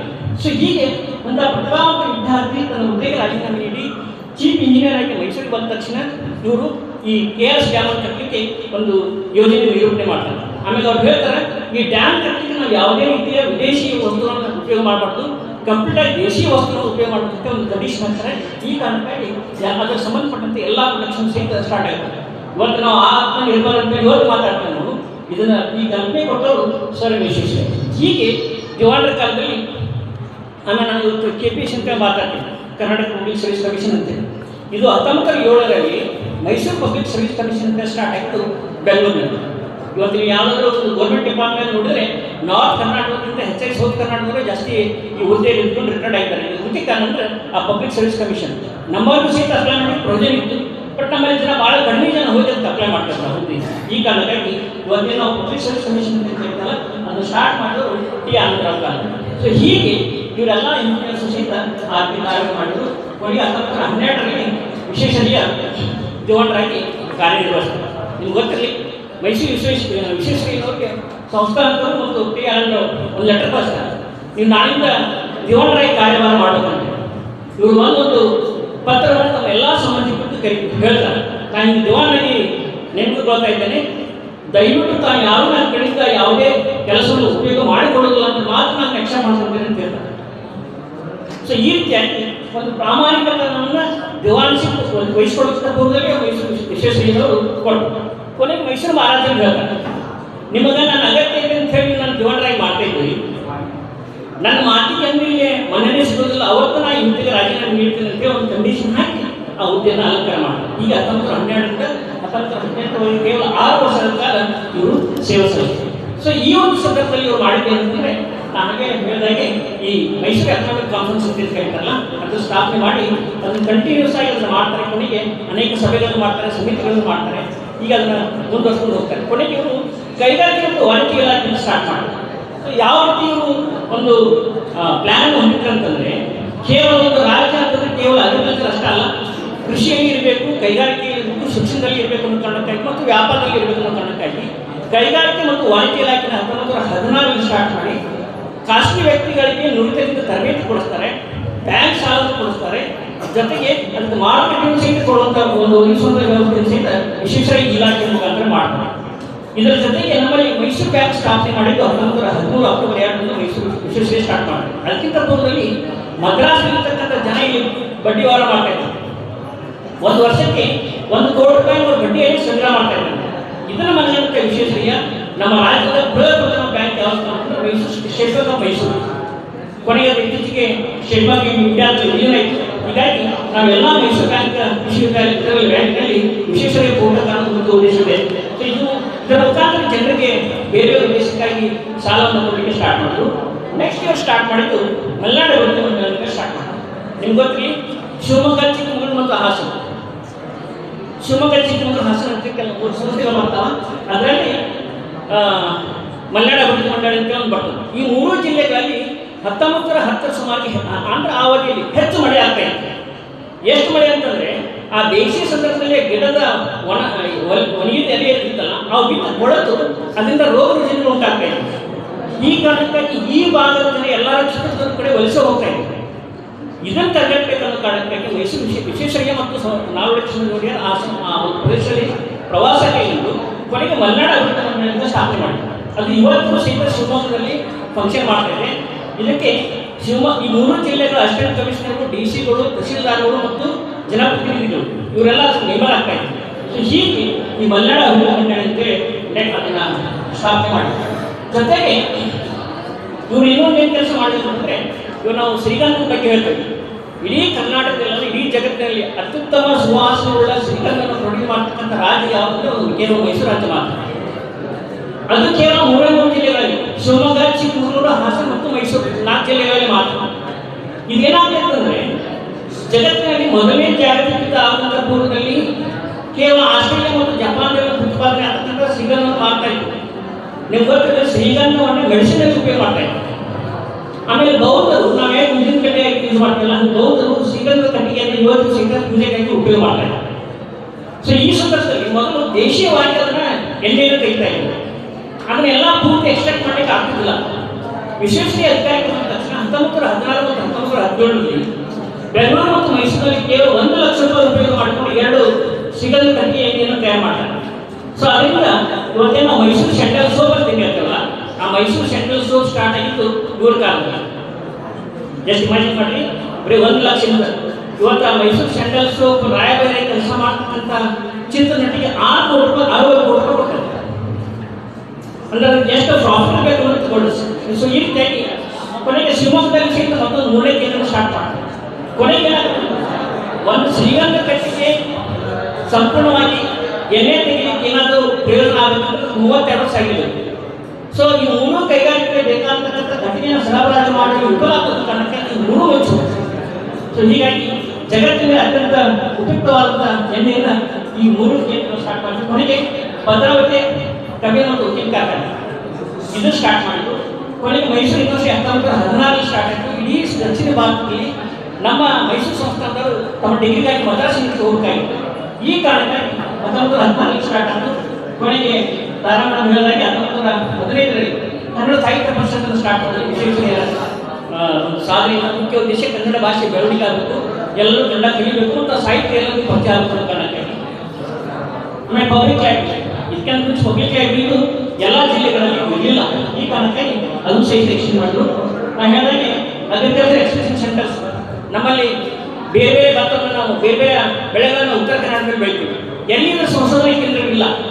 ಯಾಕೆ ಮೈಸೂರು ರಾಜ್ಯ ಮುಂದುವರೆದಿದೆ ಅಂತಂದರೆ, ಅಲ್ಲಿ ಕಬ್ಬು ಆಗಿರ್ಬೋದು, ಭತ್ತ ಆಗಿರ್ಬೋದು, ರಾಗಿ ಆಗಿರ್ಬೋದು, ಇವುಗಳನ್ನು ಬೆಳೀಲಿಕ್ಕೆ ಅಥವಾ ಕಾಫಿ ಆಗಿರ್ಬೋದು ಯಾವ ರೋಗಗಳು ಬರ್ತವೆ, ಅದನ್ನ ಹೇಗೆ ತಡೆಗಟ್ಟಬೇಕು ಅನ್ನೋದ್ರ ಬಗ್ಗೆ ಒಂದು ವಿಸ್ತೀರ್ಣ ಕೇಂದ್ರವನ್ನು ಸ್ಥಾಪನೆ ಮಾಡಿದ್ರು. ಈ ಸಂದರ್ಭದಲ್ಲಿ ನಾವು ಮೊದಲನೇದಾಗಿ ಒಂದು ಕರ್ನಾಟಕ ರಾಜ್ಯದ ಕರ್ನಾಟಕ ರಾಜ್ಯ ಅಂದು ಇಂದು ಒಂದೇ ಅನ್ನುವಂಥ ಒಂದು ದರವೇಂದ್ರವರು ಬರೆದಂಥ ಒಂದು ಕವನವನ್ನು ಮೊದಲನೇದಾಗಿ ನಾನು ಹೇಳಲಿಕ್ಕೆ ಪ್ರಯತ್ನಿಸ್ತೀನಿ. ಇದು ಸರ್ಕಾರದಿಂದ ಅಧಿಕೃತವಾಗಿ ಘೋಷಣೆಯಾದಂಥ ಒಂದು ಕವಿತೆ, ರಚನೆ ದರವೇಂದ್ರ.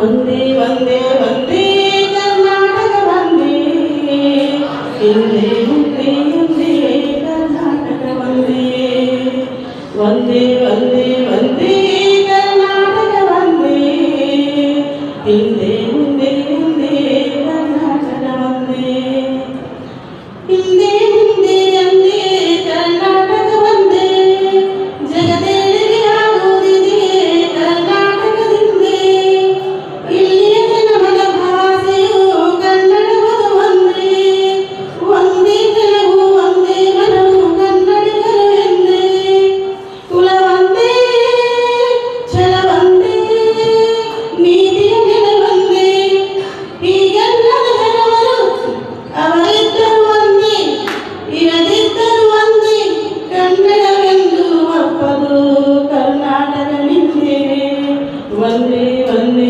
ಒಂದೇ ಕರ್ನಾಟಕ ಒಂದೇ ಹಿಂದೆ ಮುಂದೆ ಒಂದೇ ಕರ್ನಾಟಕ ಒಂದೇ ಹಿಂದೆ ಮುಂದೆ ಒಂದೇ ಕರ್ನಾಟಕ ಒಂದೇ ಹಿಂದೆ ಮುಂದೆ ಒಂದೇ ಕರ್ನಾಟಕ ಒಂದೇ ಧನ್ಯವಾದ. ನಿನ್ನ ಜನ್ಮದ ತಮ್ಮರು ಬೇಕು ಬೆನ್ನು ತಟ್ಟುವರು ಸಭೆಯೊಳಗ ಬೆನ್ನು ತಟ್ಟುವರು ಸಭೆಯೊಳಗ ಸಾವಿರ ಮಣ್ಣು ಕಟ್ಟುವರು ಉಳಿಯೊಳಗ ಮಣ್ಣು ಕಟ್ಟುವರು ಉಳಿಯೊಳಗ ಎನಗ ಯಾರಿಲ್ಲಂತ ಮನದಾಗ ಮರುಗಿದರ ಪರನಾಡಲಪ್ಪ ಪ್ರತಿ ಸೂರ್ಯ ಪರನಾಡಲಪ್ಪ ಪ್ರತಿ ಸೂರ್ಯ ನನ್ನ ಬಿದಿಗೆ ಚಂದ್ರ ಉದಿಯಾದ ಬಿದಿಗೆ ಚಂದ್ರ ಉದಿಯಾದ ಮನೆಯ ಹಿಂದಲ ಮಾವು ನೆನೆದಾಗ ಹಮ್ಮೆಂದು ನೆನೆದಾಗ ಬಂದ ನನ್ನ ನೆನೆದಾಗ ಬಂದ ನನ್ನ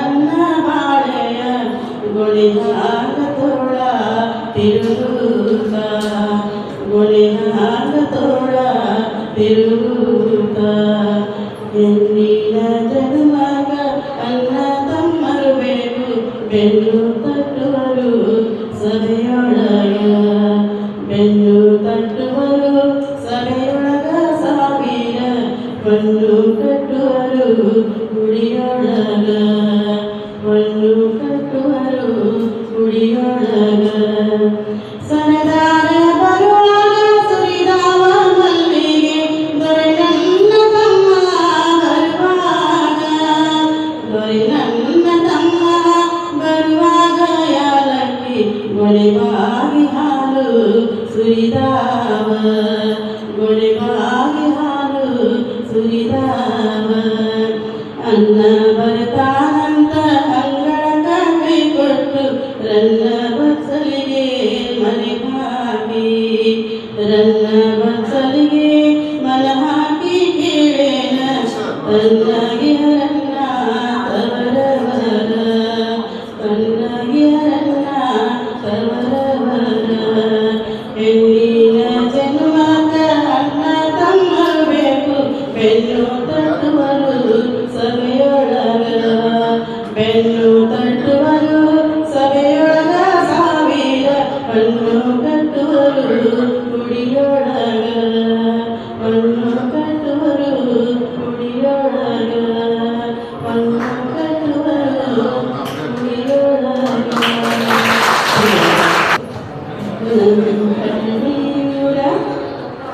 ನಮ್ಮ ಹಳ್ಳಿ ಊರ ನಂಗ ಪಾಡ ಯಾತಕವ್ವ ಹುಬ್ಬಳ್ಳಿ ಧಾರವಾಡ ಯಾತಕವ್ವ ಹುಬ್ಬಳ್ಳಿ ಧಾರವಾಡ ನಮ್ಮ ಹಳ್ಳಿ ಊರ ನಂಗ ಪಾಡ ಯಾತಕವ್ವ ಹುಬ್ಬಳ್ಳಿ ಧಾರವಾಡ ಯಾತಕವ್ವ ಹುಬ್ಬಳ್ಳಿ ಧಾರವಾಡ ಊರ ಮುಂದಿನ ತಿಳಿ ಹಳ್ಳ ಬೇವು ಮಾವು ಗುಣರ ಮರ ತಳ್ಳ ದಂಡಿ ಗುಂಟ ನೋಡ ನೆಲ್ಲ ನೆಲ್ಲ ನೀರ ತರುವಾಗ ಗೆಳತಾರು ಜೋಡ ನಮ್ಮ ಹಳ್ಳಿ ಊರ ನಮ್ಗ ಪಾಡ ಯಾತಕವ್ವ ಹುಬ್ಬಳ್ಳಿ ಧಾರವಾಡ ಯಾತಕವ್ವ ಹುಬ್ಬಳ್ಳಿ ಧಾರವಾಡ ನಮ್ಮ ಹಳ್ಳ ಕಾಸಿಯ ಹಿರಿ ಹೊಳೆಯ ಒಮ್ಮೆ ಯಾರು ಗೊತ್ತಿಲ್ಲದು ತಿಳಿಯ ನಮ್ಮ ಹಳ್ಳ ಕಾಸಿಯ ಹಿರಿ ಹೊಳೆಯ ಒಮ್ಮೆ ಯಾರು ಗೊತ್ತಿಲ್ಲದು ತಿಳಿಯ ಬದಿಯ ತೋಟದಾಗ ಬೆಳೆಗಳ ಕಳೆಯ ಹೆಂಗ ಬೆಳೆದೈತಿ ಬಂದೊಮ್ಮೆ ನೋಡ ಹೆಂಗ ಬೆಳೆದೈತಿ ಬಂದೊಮ್ಮೆ ನೋಡ ನಮ್ಮ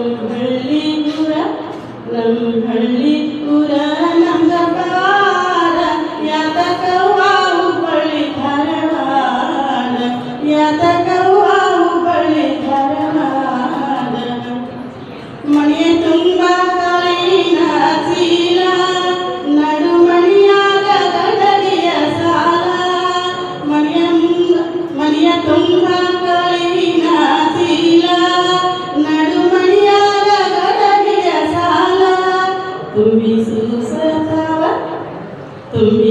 ಸತಾವ ಗಡಿ ಅಡಕಾಲ ಖಾಲಿ ಇಲ್ಲವ್ವ ಒಂದು ಮನಿ ಮಾಡ ಖಾಲಿ ಇಲ್ಲವ್ವ ಒಂದು ಮನಿ ಮಾಡ ನಮ್ಮ ಹಳ್ಳಿ ಊರ ನಮ್ಗ ಪಾಡ ಯಾತಕವ್ವ ಹುಬ್ಬಳ್ಳಿ ಧಾರವಾಡ ಯಾತಕವ್ವ ಹುಬ್ಬಳ್ಳಿ ಧಾರವಾಡ ಹೈನದಲ್ಲಿ ನೋಡ ಹಾಲ ಸಮುದ್ರ ಮಸ್ಗಿ ಬೈತಾರ ಊರಂತೂರ ಹೈನದಲ್ಲಿ ನೋಡ ಹಾಲ ಸಮುದ್ರ ಮಸ್ಗಿ ಬೈತಾರ ಊರಂತೂರ ಎಷ್ಟು ತಿನ್ನುವಾಕಿ ಕೆಡಿ ಮಸರ ವರ್ಷಕ್ಕೊಂದು ಬಂಗಾರ ಬಳಿ ಜೋಡ ನಮ್ಮ ಹಳ್ಳಿ ಊರ ನಮ್ಗ ಪಾಡ ಯಾತಕವ್ವ ಹುಬ್ಬಳ್ಳಿ ಧಾರವಾಡ ಯಾತಕವ್ವ ಹುಬ್ಬಳ್ಳಿ ಧಾರವಾಡ ಯಾತಕವ್ವ ಹುಬ್ಬಳ್ಳಿ ಧಾರವಾಡ. ಈ ಕಾಲೇಜಿನ ಪ್ರಾಂಶುಪಾಲರು ಒಬ್ಬ ಖ್ಯಾತ ಅರ್ಥಶಾಸ್ತ್ರಜ್ಞರು ಮತ್ತಷ್ಟೇ ಅಲ್ಲದೆ ಬಹಳ ಒಳ್ಳೆಯ ಅವ್ರು ನೋಡ್ರ ಹೆಸರು ನಿಲ್ಲಕ್ಕ ಅಂತಿದೆ ಅಂದರೆ ಎಲ್ಲರಿಗೂ ಅಕ್ಕಡ ಅಷ್ಟು ಒಳ್ಳೆಯ ರೀತಿಯಾದಂಥ ಒಂದು ಆಡಳಿತವನ್ನು ನಡೆಸಿಕೊಂಡು ಹೋಗ್ತಕ್ಕಂಥ ಒಬ್ಬ ಶ್ರೇಷ್ಠ ಪ್ರಾಧ್ಯಾಪಕಿ ನಿಮ್ಗೆ ನಾನು ಮುಖಸ್ಥಿತಿ ಅಂತಲ್ಲ ಅಂತ ಒಬ್ಬ ಒಳ್ಳೆಯ ಅರ್ಥಶಾಸ್ತ್ರ ಪ್ರಾಧ್ಯಾಪಕರು ಸಿಗೋದು ಬಹಳ ಕಡಿಮೆ ಅಂತ ಹೇಳ್ಬೋದು.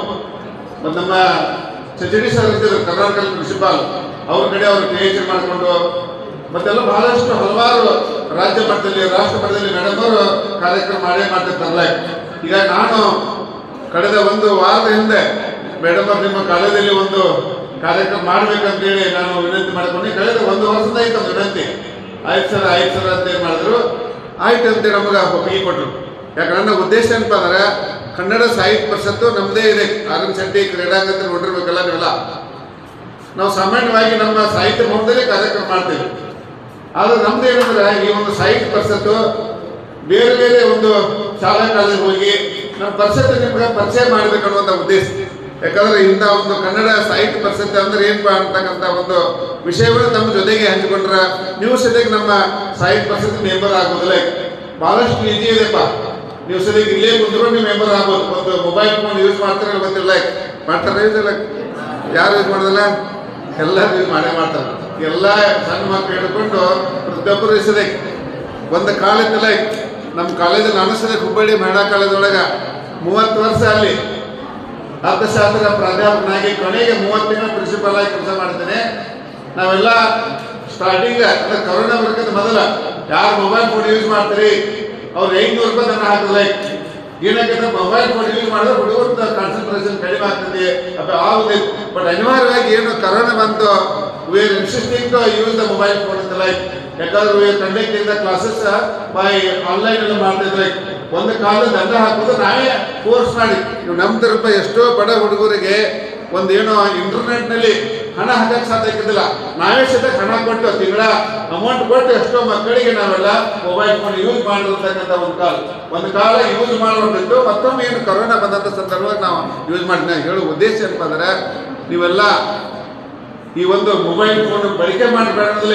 ಬಟ್ ಇವೆಲ್ಲ ಏನಾಗ 60% ಮೂಲಕವಾಗಿ ನೀವೇನು ಮೊಬೈಲ್ ಫೋನಲ್ಲಿ ಒಂದು ಆ್ಯಪ್ ಇದೆ, ಏನಂತ ಒಂದು ಅಲ್ಲಿ ಕಸಾಪ್ ಅಂತ ಟೈಪ್ ಮಾಡೋದು ಪ್ಲೇಸ್ಟೋರ್ದಾಗ ನೋಡಿ. ಯಾರು ಮೆಂಬರ್ ಹಾಕಿರಿ ಈ ಕ್ಲಾಸ್ ಮುಗಿಕೊಡದೆ ಅಥವಾ ಒಂದು ದಿವಸ ಒಳಗೆ ನಾನೇ ಹಣ ಕೊಡ್ತೇನೆ. 410 ರೂಪಾಯಿ ಯಾರಾದ್ರೂ ಒಬ್ಬರಾದ್ರೂ ಅದನ್ನ ಚಾಲೆಂಜ್ ಆಗಿ ತೋರ್ಲಿ. ಮೊಬೈಲ್ ಫೋನ್ ಏನಿಲ್ಲ, ಪ್ಲೇಸ್ಟೋರ್ಗೆ ಹೋಗ್ಬೇಕು, ಕಸಾಪ್ ಅಂತ ಟೈಪ್ ಮಾಡ್ಬೇಕು, KASAP ಅಂತೇಳಿ ಟೈಪ್ ಮಾಡಿದ್ರೆ ಒಂದು ಆ್ಯಪ್ ಬರುತ್ತಾನೆ ಕನ್ನಡ 100%. ಅಲ್ಲಿ ಹೋಗಿ ಎಲ್ಲ ಡೀಟೇಲ್ಸ್ ಎಲ್ಲ ಬರ್ತಲ್ಲ. ಅಲ್ಲಿ ನಿಮ್ಮ ಹೊಸ ಸದಸ್ಯತ್ವ ಅಂತ ಹೋಗ್ಬೇಕು, ಅಲ್ಲಿ ಹೋಗಿ ನಿಮ್ಮೆಲ್ಲ ಡೀಟೇಲ್ಸ್ ಎಲ್ಲ ತುಂಬಬೇಕು. ನಿಮ್ಮ ಹೆಸರು, ನಿಮ್ಮ ಏನೋ ಯಾವ ರೀತಿ ಎಲ್ಲ ಡೀಟೇಲ್ಸ್ ತುಂಬಿಕೊಂಡು ಕೊನೆಗೆ ಅದನ್ನ ಅಪ್ಲೋಡ್ ಮಾಡಬೇಕು. ಅದು ಲಾಸ್ಟ್ಗೆ ನೀವು ಫೋನ್ಪೇ ಮಾಡಬೇಕು. ಫೋನ್ಪೇ ಅಥವಾ ಕ್ರೆಡಿಟ್ ಕಾರ್ಡು ಅಥವಾ ಯಾವ್ದಾದ್ರು ನಿಮ್ದು ಡೆಬಿಟ್ ಕಾರ್ಡ್ ಮಾಡಿ 410 ರೂಪಾಯಿ ತುಂಬಿಕೊಳ್ಳಿ, ಆಟೋಮೆಟಿಕ್ ನೀವು ಮೆಂಬರ್ ಆಗ್ತದೆ. ಹೀಗಾಗಿ ನೀವಿಲ್ಲ ಅಂದ್ರೆ ನಾನು ಒಬ್ಬರಾದ್ರೂ ಮಾಡೇ ಹೋಗ್ತೇನೆ. ನಮ್ಮ ಚೇಂಬರ್ ಬರೀ ಯಾರಾದ್ರೂ ನಮ್ಮ ಶ್ರೀದೇವಿ ಪಾಟೀಲ್ ಏನೋ ನನ್ನ ಪರಿಚಯ ಮಾಡಿದ್ಲು, ನೀನು ನಾನು ಒಂದು 10 ದಿವಸ ಬರ್ತಾ 10 ದಿವಸದೊಳಗೆ ನಾನೇ ನಿನ್ನ ಮೆಂಬರ್ ಮಾಡಿಕೊಡ್ತೇನೆ. ಯಾಕಂದ್ರೆ ಇವತ್ತು ನೋಡ್ರಲ್ಲ, ಬೆಳಿಗ್ಗೆ ನಾವೊಂದು ಮದುವೆಗೆ ಕಾರ್ಯಕ್ರಮ ಹೋಗಿದ್ವಿ. ಆ ಹುಡುಗಿ ಹೆಸರು ಶ್ರೀದೇವಿ ಪಾಟೀಲ್ ಅಂತೇಳಿ. ಅವ್ರು ಎಕನಾಮಿಕ್ಸ್ ಪ್ರೊಫೆಸರ್ ಗೌರ್ಮೆಂಟ್ ಕಾಲೇಜಲ್ಲಿ ಗೆಸ್ಟ್ ಫ್ಯಾಕಲ್ಟಿ, ಭಾಳ ನನ್ನ ಆತ್ಮೀಯರು. ನಾನು ನವಲಗುಂದಕ್ಕೆ ಹೋಗಿ ಮತ್ತೆ ಕರ್ಲಾಪುರದಾಗ ಮದುವೆ ಮುಗಿಸ್ಕೊಂಡು ಶ್ರೀದೇವಿ ಪಾಟೀಲ್ ಮದುವೆ ಮುಗಿಸ್ಕೊಂಡು ಅಕ್ಕಿ ಕಾಳು ಹಾಕಿ ಬಂದ್ವಿ. ಮತ್ತು ಮುಂದಿನ ಶ್ರೀದೇವಿ ಪಾಟೀಲಿಂದ ಅಕ್ಕಿ ಕಾಳು ಹಾಕ್ತೇವೆ ಅಂತಕ್ಕಂಥ ಮಾತು ಹೇಳ್ತಾ ಸ್ವಾಭಾವಿಕವಾಗಿ ನಗೋದಿಲ್ಲ. ಜೀವನದಾಗ ಎಲ್ಲ ಬರಲಿ, ಹಂಗೆ ಇರ್ಲಿಕ್ಕೆ ಸಾಧ್ಯವಿಲ್ಲ. ಗಂಡಾಗ್ಲಿ ಹೆಣ್ಣಾಗ್ಲಿ ಪ್ರತಿಯೊಬ್ಬರಿಗೂ ಒಂದೊಂದು ಸಂದರ್ಭಕ್ಕೆ ತಕ್ಕಂತೆ ಎಲ್ಲ ಬೇಕು. ಈಗ ಒಂದು ಕಲಿಯುವ ವಯಸ್ಸಲ್ಲಿ ಡಿಗ್ರಿ ಮುಗಿತೈತಿ, PG ಮಾಡ್ಕೊತಾರೆ, ಆಮೇಲೆ ಮುಂದೆ ವೈವಾಹಿಕ ಜೀವನಕ್ಕೆ ಹೋಗಬೇಕಲ್ಲ. ನಾವು ಬೇಡ ಬಿಡ್ಲಿಕ್ಕೆ ಸಾಧ್ಯವಿಲ್ಲ, ಜೀವನ ಎಲ್ಲ ಬರ್ತದೆ. ಹೀಗಾಗಿ ಇಲ್ಲಿ ಹೇಳೋ ಉದ್ದೇಶ ಅಂತಂದ್ರೆ, ನಾನು ಒಬ್ಬ ಜಿಲ್ಲಾ ಅಧ್ಯಕ್ಷನಾಗಿ, ನಾನು ಮಹಿಳಾ ಕಾಲೇಜಲ್ಲಿ ಒಬ್ಬ ಪ್ರಿನ್ಸಿಪಾಲ್ ಆಗಿ, ಪ್ರಾಧ್ಯಾಪಕನಾಗಿ ನಾನು ಇಂಥವೆಲ್ಲ ಕಂಡಿದ್ದೇವೆ. ಯಾವುದೇ ಕಾರ್ಯಕ್ರಮ ಮಾಡೋದ್ರೆ ಭಾಳ ಕಷ್ಟ ಆಗತ್ತವೆಲ್ಲ. ಮಕ್ಕಳನ್ನ ಗಟ್ಟಿ ಹಿಡಿಬೇಕಾದ್ರೆ ಭಾಳ ಡಿಫಿಕಲ್ಟ್ ಅಲ್ಲ. ಹೀಗಾಗಿ ಸಂದರ್ಭದಲ್ಲಿ ನನಗೆಲ್ಲ ಅನುಭವ ಇದೆ. ಹೀಗಾಗಿ ನನಗೇನು ಹೊಸದೇನು ಅಲ್ಲ. ಹೀಗಾಗಿ ಸಂದರ್ಭದಲ್ಲಿ ನನಗೆ ಗೌರವ ಕೊಟ್ಟು ನಮ್ಗೆ ಇಲಕ್ಕ ಪಾಟೀಲ್ರು ಭಾಳ ನಮ್ಮ ಹುಬ್ಬಳ್ಳಿ ಬೀಗರು, ಯಾಕಂದ್ರೆ ಅವ್ರು ಸಸಿ ಹುಬ್ಬಳ್ಳಿಯವರು. ಹೀಗಾಗಿ ನಮ್ಗೆ ಇಂಥ ಒಂದು ಒಳ್ಳೆ ಮಗ ಸಿದಾಗ ಅಷ್ಟೇ. ನನ್ನ ಮಗಳ ಕ್ಲಾಸ್ಮೇಟ್ ಅವರ ಮಗ ಇಂಥ ಒಂದು ಒಳ್ಳೆಯ ಕಾಲೇಜಿನ ನಾನು, ಯಾಕಂದ್ರೆ ನಾನು KLE ಸಂಸ್ಥೆಯ ಪ್ರಾಡಕ್ಟ್. ನಾನು I did my education from SVS Medical College Saundatti. ನಾನು ಸದ್ಯಕ್ಕೆ ಅಜ್ಜಾಮನ ಮನೆಯಾಗಿರ್ತಾರೆ. ಹಾಗೆ ಅಬ್ದುಲ್ ಕಲಾಂ ಹಾಗೆ ಅಜ್ಜಾಮನಾಗಿದ್ದಾರೆ. ಹಾಗೆ ನಮಗೆಲ್ಲ ನಮ್ಮ ನವಲಗುಂದ ತಾಲೂಕು ಸಿರ್ಕೋಡ ನಮ್ಮ ತಂದೆಯವರು ಪ್ರಾಥಮಿಕ ಶಾಲಾ ಶಿಕ್ಷಕರಲ್ಲ, ರಿಟೈರ್ಮೆಂಟ್ ಆಯ್ತು. ಇಬ್ಬರು ಅಣ್ಣ ಇದ್ರು, ಇಬ್ಬರು ಕಲೀಲ 10th ಫೇಲ್ ಆದ, 10th ಕಷ್ಟಪಟ್ಬಿಟ್ಟು ಭಾಳ ಕಷ್ಟ ಇತ್ತಲ್ಲ. ಏನು ಮಾಡಬೇಕಂತಕ್ಕಂಥ ಒಂದು ಪರಿಸ್ಥಿತಿ ಇತ್ತು. ಅಂಥದ್ರೊಳಗೆ ಅಜ್ಜಾಮನ ಮನೆಯೊಳಗೆ ಸೌದತ್ತಿ ಒಳಗೆ ಇದ್ಕೊಂಡು ನಮ್ಮ ಮಾಮ ಇದ್ದವ್ರ ಮಕ್ಕಳು ಇದ್ದಿಲ್ಲ, ಮನೆಯೊಳಗೆ ಎಲ್ಲ ಕೆಲಸ ಮಾಡಬೇಕು. ಮಾಡ್ತಿರೋ ಗೊತ್ತಿಲ್ಲ. ಮನೆಯೊಳಗೆಲ್ಲ ಅಂದ್ರೆ ನೀರು ತುಂಬಬೇಕು. ಆಮೇಲೆ ಸಾಧ್ಯ ಪ್ರತಿ ದಿವಸ ನಮ್ಮ ಅಜ್ಜಂದು ಅಮ್ಮಂದು ಬಟ್ಟೆ ಒಗಿಬೇಕು. ಮತ್ತು ಮಕ್ಕಳೆಲ್ಲ ಬಾಂಡೆ ಬೆಳಗ್ಗೆ ತೊಳ್ಕೊಬೇಕು. ಇಷ್ಟೆಲ್ಲ ಕಷ್ಟಪಟ್ಟು ಮಾಡ್ಬೇಕು. ಯಾಕಂತಾರೆ ಈಗಿನ ಮಕ್ಕಳಿಗೆ ಭಾಳ ಅರಿವು ಇರೋದಿಲ್ಲ.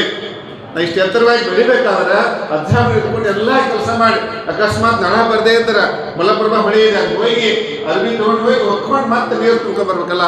ಅಂಥ ಕಷ್ಟದೊಳಗೆ ನಾವೆಲ್ಲ ಸೌದತ್ತಿಯಲ್ಲಿ ಇದ್ಕೊಂಡು ಅಭ್ಯಾಸ ಮಾಡಿದ್ವಿ. ನಾ ಯಾಕೆ ಹೇಳ್ತಪ್ಪ ಅಂದ್ರೆ, ಮಕ್ಕಳೇ ನೀವೆಲ್ಲ ಹಾಗೆ don't waste your time waste ಮಾಡ್ಲಿಕ್ಕೆ ಹೋಗ್ಬಾರ್ದು. ಬಹಳಷ್ಟು ಚಾಲೆಂಜ್ ಆಗಿ ತೆಗೆದುಕೊಂಡು ಒಂದು ಸಾಧಿಸ್ಬೇಕಲ್ಲ.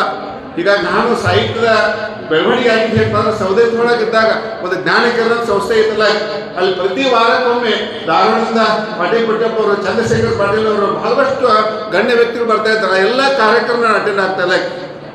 ಅಷ್ಟೇ ಅಲ್ಪ ನಿಮ್ಗೆ ಹೇಳ್ತದೆ, ನಮ್ಮ ಮನೆ ಸೌದತ್ತಿ ಒಳಗೆ ಕುಂಬಾರ ಮನೆ ಒಳಗೆ ಅಲ್ಲಿಂದ ಬಸ್ ಸ್ಟ್ಯಾಂಡಿಗೆ ದೊಡ್ಡ ಮನೆಯಿಂದ ಬುಕ್ ಸ್ಟಾಲ್ ಇತ್ತು. ಅಲ್ಲಿಂದ ಹೋಗಿ ಪ್ರಪಂಚ ಪತ್ರಿಕೆ ಬರ್ತಾ ಇತ್ತು. ಆ ಪ್ರಪಂಚ ಪತ್ರಿಕೆ ಒಳಗೆ ಇಷ್ಟು ಚೆನ್ನಾಗಿ ಪಾಟೀಲ್ ಪುಟ್ಟಪ್ಪ ಬರ್ತಾ ಇದ್ರು, ಅವ್ರ ಸಂಪಾದಕಿ ಬರ್ತಾ ಇದ್ರು. ಕರ್ನಾಟಕ ದರ್ಶನ, ಭಾರತ ದರ್ಶನ, ಅನುಭವ ಇರಲು ಅಮೃತತ್ವ, ಇಷ್ಟು ವ್ಯಕ್ತಿ ಚಿತ್ರ ಅದೆಲ್ಲ ಓದಿ ಬರ್ತಾ ಇದ್ರು ಪ್ರತಿ ವಾರಕ್ಕೊಮ್ಮೆ. ಯಾಕೆ ಹೇಳ್ತಾರೆ, ಮಕ್ಕಳಲ್ಲಿ ನಿಮ್ಮಲ್ಲಿ as A president of Kannada Sahitya Parishat ಅಧ್ಯಕ್ಷನಾಗಿ ನಿಮ್ಮಲ್ಲಿ ವಿನಂತಿ ಮಾಡ್ಕೋದು, ದಯವಿಟ್ಟು ನೀವು ಪಠ್ಯ ಪುಸ್ತಕ ಅಷ್ಟೇ ಸೀಮಿತವಾಗಬಾರ್ದು. ನೀವು ಏನು ಮಾಡ್ಬೇಕಂತ ವಾರಪತ್ರಿಕೆ ಓದಬೇಕು, ದಿನಪತ್ರಿಕೆ ಓದಬೇಕು. ಓದಿ ನಿಮ್ಮ ಜ್ಞಾನವನ್ನು ಜಾಸ್ತಿ ಮಾಡ್ಕೋಬೇಕಲ್ಲ. ಈಗ ಮತ್ತೊಬ್ಬರಿಗೆ ಬೆಟ್ ಮಾಡ್ಲಿಕ್ಕೆ ಹೋಗ್ಬಾರ್ದು, ಮತ್ತೊಬ್ಬರಿಗೆ ಭಿಕ್ಷೆ ಕೊಡೋದಲ್ಲ. ನಮ್ಮ ಜೀವನದಲ್ಲಿ ನಮ್ಮ ಕಾಲ ಮೇಲೆ ಆಮೇಲೆ ನಿಲ್ಬೇಕಲ್ಲ. ಈಗ ಅಂತ ಒಂದು ಸಾಮರ್ಥ್ಯ ಪಡ್ಕೋಬೇಕಲ್ಲ. ನೀವು ಸದ್ಯಕ್ಕೆ ನಮ್ಮ ಹಾಗೆ ವೇದಿಕೆ ಮೇಲೆ ಬಂದು ಮಾತಾಡಬೇಕು, ನಮ್ಮ ಅಕ್ಕಿ ಸರ್ ಹಾಗೆ ಬಂದು ನೀವೆಲ್ಲ ಮಾತಾಡಬೇಕು. ಅಂತ ಒಂದು ಸುಮ್ಮನೆ ಟೈಮ್ ಪಾಸ್ ಮಾಡೋಕ್ಕೆ ಕಾರ್ಯಕ್ರಮ ಮಾಡಿಲ್ಲ. ನಾಲ್ವಡಿ ಕೃಷ್ಣರಾಜ ಒಡೆಯರ್ ಎಷ್ಟು ಯಾವ ರೀತಿಯಾಗಿ ಅವರದ್ದು ಕೊಡುಗಿದೆ ನೋಡಿ. ಇಡೀ ರಾಜ್ಯದೊಳಗೆ ಮೈಸೂರು ರಾಜ್ಯ ಅಂತಕ್ಕಂಥ ಮೈಸೂರು ಜಿಲ್ಲೆ ಅಂತಕ್ಕಂಥ ಜಿಲ್ಲೆ ಯಾವುದಿಲ್ಲ ನೋಡ್ರೆ. 30 ಜಿಲ್ಲೆ ಅತ್ಯಂತ ಮಾದರಿಯ ಮಾಡೆಲ್ಸ್ ಜಿಲ್ಲಾ ಅಂದ್ರೆ ಅದು ಮೈಸೂರು ರಾಜ್ಯದ. ಇಷ್ಟು ನೋಡ್ರಲ್ಲ ಇಲ್ಲಿ ನೋಡಿರಲಿಲ್ಲ ಮೈಸೂರ ಒಂದಲ್ಲಿ ರೋಡ್ ಇರ್ಬೋದು, ಅಲ್ಲಿ ಇಷ್ಟು ಚೆನ್ನಾಗಿ ಮಾಡ್ತದೆಲ್ಲ ಕೊಡುಗೆ ಯಾರು ಅಂತಂದ್ರೆ ನಮ್ಮ ನಾಲ್ವಡಿ ಕೃಷ್ಣರಾಜ ಒಡೆಯರ್ ಅವರ ಒಂದು ಮುಂದಾಲೋಚನೆಯಿಂದ ಅವ್ರ ಫೋರ್ಕಾಸ್ಟಿಗಿಂದ ಆ ರೀತಿಯಾಗಿದೆ. ಅಂಥ ಒಬ್ಬ ವ್ಯಕ್ತಿಯನ್ನು ನಮ್ಮ ಕನ್ನಡ ಸಾಹಿತ್ಯ ಪರಿಷತ್ತಲ್ಲಿ ಏನೋ 4 ವ್ಯಕ್ತಿ ಇದ್ದಾವ. ಹೀಗಾಗಿ ನಮ್ಗೆ ಏನೋ ಹಣ ಏನು ಕೊಡೋದಿಲ್ಲ ನಮಗೆ. ಅದಕ್ಕೆ ನಾವು ಏನು ಮಾಡಿದೀವಿ, ಒಂದೇನೋ ಸ್ವಲ್ಪ ಹಣ ದತ್ತಿ 10,000 ರೂಪಾಯಿ ಇದ್ದಾವೆ. ನಮ್ಮ ನೋಳಿ ಶಂಕರಣ್ಣವ್ರದ್ದು ಬೇರೆ ಕೇಲ್ ಸಂಸ್ಥೆಯ ಡೈರೆಕ್ಟರ್ ಅವರ ಅಧ್ಯಕ್ಷದಂತ Gurusiddeshwara cooperative bank, Sudarshan Raj foundation, Ganapati Vasudeva Shetty ಮಾದಷ್ಟರನ್ನ 4 ದತ್ತಿಯ ಕಾರ್ಯಕ್ರಮದ ಅಂಗವಾಗಿ ಇವತ್ತಿನ ಕಾರ್ಯಕ್ರಮ ಅತ್ಯಂತ ಯಶಸ್ವಿ ಆಯಿತು ಅಂತಕ್ಕಂಥ ಮಾತನ್ನು ಹೇಳ್ತಾ, ದಯವಿಟ್ಟು ಇಂಥ ಒಂದು ಕಾರ್ಯಕ್ರಮದಲ್ಲಿ ಭಾಗವಹಿಸಿದಾಗ ನಮಗೆ ಸಿಗ್ತಕ್ಕಂಥ ನಾಲೆಜ್ ಯಾಕೆ ಹೇಳ್ತಪ್ಪ ಅಂದ್ರೆ ನಮಗೆ ಪ್ಲೀಸ್ ನಾನು ಇನ್ನೂ 2 ನಿಮಿಷ ಮುಗಿಸ್ತಾ ಇದ್ದೇನೆ. ನಮ್ಮ ಕಾಲೇಜಿನ ಪ್ರಿನ್ಸಿಪಾಲ್ ಶೋಭಾ ಮಾಡಿದ್ದಾಗ ಮೀನಾಕ್ಷಿ ಬಾಳಿ ಕಳಿಸಿದಲ್ಲ, ಆ ಸಂದರ್ಭದಲ್ಲಿ ಮಾತಾಡಿದ್ದಾಗ ಇನ್ನೂ ನೆನಪಿದೆ. ಈಗಿನ ಒಂದು ಮಕ್ಕಳು ಏನಾಗತ್ತವ್ರಪ್ಪ, ಇವೆಲ್ಲ ಡಿಗ್ರಿ ಆಗ್ತಾರೆ, ನಮ್ದು 80% 90% ಎಲ್ಲ ಮಾಡ್ತಾರೆ, ಮೆಡಿಕಲ್ ಆಗತ್ತೆ ಎಲ್ಲ ಆಗತ್ತೆ. ಏನಾರು ಕಷ್ಟ ಬಂದ ಮೇಲೆ ಏನು ಮಾಡ್ಕೊಂಡ್ಬಿಡ್ತಾರೆ ಅಂದ್ರೆ ಯಾರು ಹೇಳೋ ಕೇಳಿ ಹ್ಯಾಂಗೆ ಮಾಡ್ಕೊಂಡ್ಬಿಡ್ತಾರೆ, ಯಾರು ಪಾಯ್ಸನ್ ಮಾಡ್ಕೊಂಡ್ಬಿಡ್ತಾರೆ. ಅಂತ ಒಂದು ಈಗಿನ ಯಾಕೆ ಆಕತ್ತಂದ್ರೆ ಯಾರಿಗೆ ಒಂದು ಪಠ್ಯ ಬಿಟ್ಟು ಪಠ್ಯೇತರ ಚಟುವಟಿಕೆಯಲ್ಲಿ ಭಾಗವಹಿಸೋದಿಲ್ಲ, ಅವ್ರು ಕಷ್ಟ ಬಂದಾಗ ಇಮಿಡಿಯೇಟ್ ಒಂದು ಯಾವ್ದಾರು ಒಂದು ಡಿಸಿಷನ್ ತೊಗೊಂಡ್ಬಿಡ್ತಾರಲ್ಲ. ಅದು ಮುಖ್ಯವಾಗಿ ಹೇಳುವ ಉದ್ದೇಶದಿಂದ ಇಂಥ ಸಾರ್ವಜನಿಕ ಕಾರ್ಯಕ್ರಮ ಭಾಗವಹಿಸೋದ್ರಿಂದ ನಿಮ್ಮ ಒಂದು ಬುದ್ಧಿಮತ್ತೆ ಜಾಸ್ತಿ ಆಗ್ತೈತಿ. ಎಷ್ಟೇ ಕಷ್ಟ ಬಂದ್ರೂ ಎದುರಿಸುವಂಥ ಶಕ್ತಿ ಬರ್ತೈತಿ. ಆ ನಿಟ್ಟಿನೊಳಗೆ ನೀವೆಲ್ಲ ಹೆಂಗಾಗಬೇಕಂದ್ರೆ ನಮ್ಮ ನಾಲ್ವಡಿ ಕೃಷ್ಣರಾಜ ಒಡೆಯರ್ ಆಗಬೇಕು, ಏನು ಇಸ್ಮಾಯಿಲ್ ಮಿರ್ಜಾವ್ರು ಹೆಂಗಾಗಬೇಕು, ಏನು ವಿಶ್ವೇಶ್ವರ ಆಗಬೇಕು, ಇಂಥ ಒಳ್ಳೆಯ ವ್ಯಕ್ತಿ ಆಗಲಂತಕ್ಕಂಥ ಮಾತನಾಡ್ತಾ ಇನ್ನೊಂದು ಕೊನೆಯದಾಗಿ ನಮ್ಮ ನೆನಸ್ಬೇಕು ತಾರಾ ಅಂದ್ರೆ ಶಾರದಾಗ. ಯಾಕಂದ್ರೆ ನಮಗೆ ತಾರಾ ಮೇಡಮ್ ಸುಮಾರು 25 ವರ್ಷದ ಶಿವಾನಂದ ವುಮೆನ್ಸ್ ಕಾಲೇಜ್, ಗದಗಿನ ವುಮೆನ್ಸ್ ಕಾಲೇಜ್ ಇದ್ರು. ಅವಾಗ ನಮ್ಮದು ಮಹಿಳಾ ಕಾಲೇಜ್ ವುಮೆನ್ಸ್ ಕಾಲೇಜ್ ಇದ್ದಾಗ ಅವರು ಬಿಜಾಪುರದಲ್ಲಿ ಹ್ಯಾಲೇಷನ್ ಮಾಡ್ತಾ ಇದ್ರು. ಹೀಗಾಗಿ ಭಾಳ ಒಳ್ಳೆಯ ಅವ್ರು ಸಿಂಗರ್ ಇದ್ದಾರೆ, ಮತ್ತು ಅಷ್ಟೇ ಒಳ್ಳೆಯ ದಾನಿಗಳು ಅವರು. ಯಾರೇ ಬಡವರಿಗೆ ಏನು ಬೇಕಾದ ನಮ್ಮ ಸಾಧ್ಯವಾದಷ್ಟು ಸಹಾಯ ಸಹಕಾರ ಮಾಡ್ತಕ್ಕಂಥ ಒಬ್ಬ ಸಹೋದರಿ ಸಮಾನರಾದಂಥ ಇತಿಹಾಸ ವಿಭಾಗದ ಮುಖ್ಯಸ್ಥರಂತ ಡಾಕ್ಟರ್ ತಾರಾ ಮೇಡಮ್ ಅವರು ಇವತ್ತು ತಮ್ಮ ವಿಭಾಗದ ವತಿಯಿಂದ ಈ ಕಾರ್ಯಕ್ರಮ ಮಾಡೋದಕ್ಕೆ ಅವ್ರು ವಿಶೇಷವಾದಂಥ ಧನ್ಯವಾದಗಳು. ಇನ್ನೊಬ್ಬರು ವೇದಿಕೆ ಮೇಲ್ಪಾಗಿ ನಮಗೆಲ್ಲ ಡಾಕ್ಟರ್ ದೀನದಯಾಳ್ ಠಾಣೆ ಅಂತೇಳಿ ಅವರು ಕರ್ನಾಟಕ ವಿದ್ಯಾರ್ಥಿ ಸಂಘ ಚುನಾವಣೆ ನೋಡ್ರಲ್ಲ ಎಷ್ಟು ಯಾವ ರೀತಿಯಾಗಿ ನೋಡ್ತಾ ಇದ್ದಾರೆ. ಅಂತ ಚುನಾವಣೆ ಒಳಗೆ ಕಾರ್ಯಕಾರಿ ಮಂಡಳಿಯ ಸದಸ್ಯರಿಗೆ 2ನೇ ಅವಧಿಗೆ ಆಯ್ಕೆ ಆಗಿದ್ದಾರೆ ಡಾಕ್ಟರ್ ದೀನದಯಾಳ್ ಠಾಣೆ ಅವರು. JSS ಕಾಲೇಜಲ್ಲಿ ಕನ್ನಡ ವಿಭಾಗದ ಮುಖ್ಯಸ್ಥರಪ್ಪ. ಅಷ್ಟೇ ಅಲ್ಲದೆ ಕರ್ನಾಟಕ ವಿಶ್ವವಿದ್ಯಾಲಯ ಜೈನ ಐದಿದೆ ಒಂದು ಪೀಠದ ಜೈನ ಪೀಠದ ಮುಖ್ಯಸ್ಥರಾಗಿ ಕೆಲಸ ಮಾಡ್ತಾ ಇದ್ದಾರೆ. ಹೇಳುವ ಉದ್ದೇಶ ಬಹಳಷ್ಟು ಗಣ್ಯ ವ್ಯಕ್ತಿಗಳು ಈ ಒಂದು ಕಾರ್ಯಕ್ರಮದಲ್ಲಿ ನಮ್ಮ ಅರಿಕಟ್ಟಿ ಸರ್ ಲೈಕ್, ನಮ್ಮ ಕುಂದಗೋಳ ಕಾಲೇಜ್ ಪ್ರಿನ್ಸಿಪಾಲ್ ಅವ್ರ ಮಗಳು ನೋಡ್ರಿ ಲೈಕ್ ಮುನ್ಸಿಪಲ್ ಲೈಕ್. ನಾ ಹೇಳುವ ಉದ್ದೇಶ ಅದೇ ರ್ಯಾಂಕ್ ಪದವಿ ಪಡ್ಕೊಂಡು ಅವ್ರ ಮಗಳು ಒಂದು ಮುನ್ಸಿಪ್ ಆಗದಷ್ಟು ಈಜಿ ಅಲ್ಲ. ಅಂತ ಒಂದು ಒಳ್ಳೆಯ ಮಕ್ಕಳನ್ನು ಪಡ್ಕೊಂಡಂತ ತಂದೆ ತಾಯಿಯಂದ್ರೆ ಇಲ್ಲಿ ಕಾರ್ಯಕ್ರಮ ಬಂತು. ಮತ್ತು ಸಂಗೊಳ್ಳಿ ಮೇಡಮ್ ಸದ್ಯಕ್ಕೆ ಸುಮಾರು 20 ವರ್ಷ ಬರ್ತಲ್ಲ. ಏನೋ ಅವ್ರ ತಂದೆಯವರು ಪ್ರಾಥಮಿಕ ಶಾಲಾ ಶಿಕ್ಷಕರು ಹುಡುಗಿಯರಲ್ಲೇ.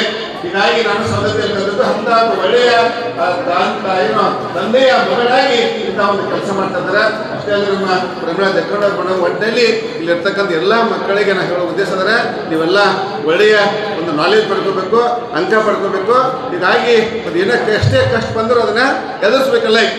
ಯಾವ್ದಾರ ನೀವು ಅಂತಲಿಕ್ಕೆ ಹೋಗಬಾರ್ದು, ಹೆಣ್ಮಕ್ಳು ಹೇಳ್ತಾ ಇದ್ದಾನೆ. ಹೀಗಾಗಿ ಏನೇ ಎದುರಿಸಲಿಕ್ಕೆ ಈಸ್ಬೇಕು ಜಯಿಸ್ಬೇಕಂತಾರೆ. ಆ ನಿಟ್ಟಿನಲ್ಲಿ ಒಳ್ಳೆಯ ಮಾದರಿ ವ್ಯಕ್ತಿಗಳು ಆಗೋಣ ಅಂತಕ್ಕಂಥ ಮಾತನ್ನ ಮತ್ತೊಮ್ಮೆ ಇಂಥ ಒಂದು ಅವಕಾಶವನ್ನು ಕೊಟ್ಟಂತ ನಮ್ಮ ಏನು ಯಲಕ್ಕ ಪಾಟೀಲ್ರಿಗೆ ಮತ್ತೆಲ್ಲ ನಮ್ದು ಎಕನಾಮಿಕ್ಸ್ ನೋಡ್ಬೇಕು. ಎಲ್ಲರೂ ನಮ್ಮ ಸಾಹಿತ್ಯ ಉದ್ದೇಶ ಎಕನಾಮಿಕ್ಸ್ ನೋಡ್ಲೈಕ್ ನಮ್ಮ ತರಲಿ ಈಗ ಫಸ್ಟ್ ನಮ್ಮ ಕಾಲೇಜ್ ಅಧ್ಯಕ್ಷ ಆಗಿದ್ರು ಒಮ್ಮೆ ಬಸವರಾಜ್ ಕಟ್ಟಿಮನಿಯವರು. ಇದು ಕೇಳಬೇಕಂದ್ರೆ ಬಸವರಾಜ್ ಕಟ್ಟಿಮನಿಯವರು 10th ಸದ್ಯಕ್ಕೆ ಪಾಸ್ ಆಗಿಲ್ಲ. ಅವರು ಅಖಿಲ ಭಾರತ ಕನ್ನಡ ಸಾಹಿತ್ಯ ಸಮ್ಮೇಳನ ಅಧ್ಯಕ್ಷರಾಗಿದ್ದಾರೆ. ಬಹಳಷ್ಟು ಕಾದಂಬರಿ ಬರೆದಾರಲ್ಲ. ಬಸವರಾಜ್ ಕಟ್ಟಿಮನಿಯವರು ಫಸ್ಟ್ ಅಧ್ಯಕ್ಷ ಆಗಿದ್ದು, ವರದರಾಜ್ ಹೂವಿಲಗೋಡೆ ಅಧ್ಯಕ್ಷ ಆಗಿದ್ದು, ಈಶ್ವರ ನಮ್ಮ ಕಾಪಶೇಶ್ವರು, ಆಮೇಲೆ ಮನ್ವಾಚಾರ್ಯರು, ಶಿವಾನಂದ ಗಾಳಿಯವರು, ಆಮೇಲೆ ನಮ್ಮ ಇದು ವರುಣ ರಾಜೂರ್ ಸರ್, ಮಧು ವೆಂಕಟರೆಡ್ಡಿ, ಡಿ.ಎಂ. ಕಾಲೇಜ್ ಕನ್ನಡ ಪ್ರಾಧ್ಯಾಪಕರು. 8 ಜನ ಕನ್ನಡ ಪಂಡಿತರು. ನಾನೇ ಒಬ್ಬ ಎಕನಾಮಿಕ್ಸ್ ಆಗಿದ್ದು ಅದು ಸದ್ಯಕ್ಕೆ ಮೂರು.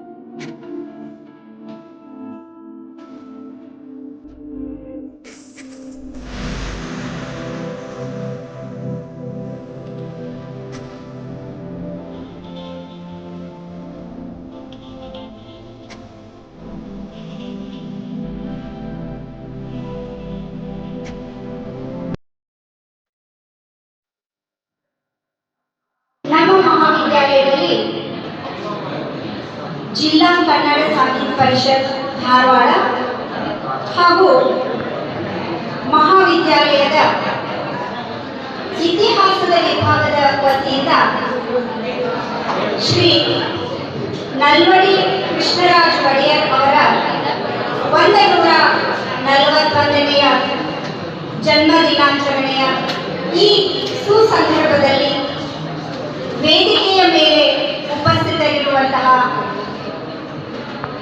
ಇವತ್ತಿನ ಸಂಪನ್ಮೂಲ ವ್ಯಕ್ತಿಯಾಗಿ ಆಗಮಿಸಿದಂತಹ ಡಾಕ್ಟರ್ ಬಸವರಾಜ್ ಅಕ್ಕಿ ಸರ್, ನಿವೃತ್ತ ಇತಿಹಾಸ ಪ್ರಾಧ್ಯಾಪಕರು,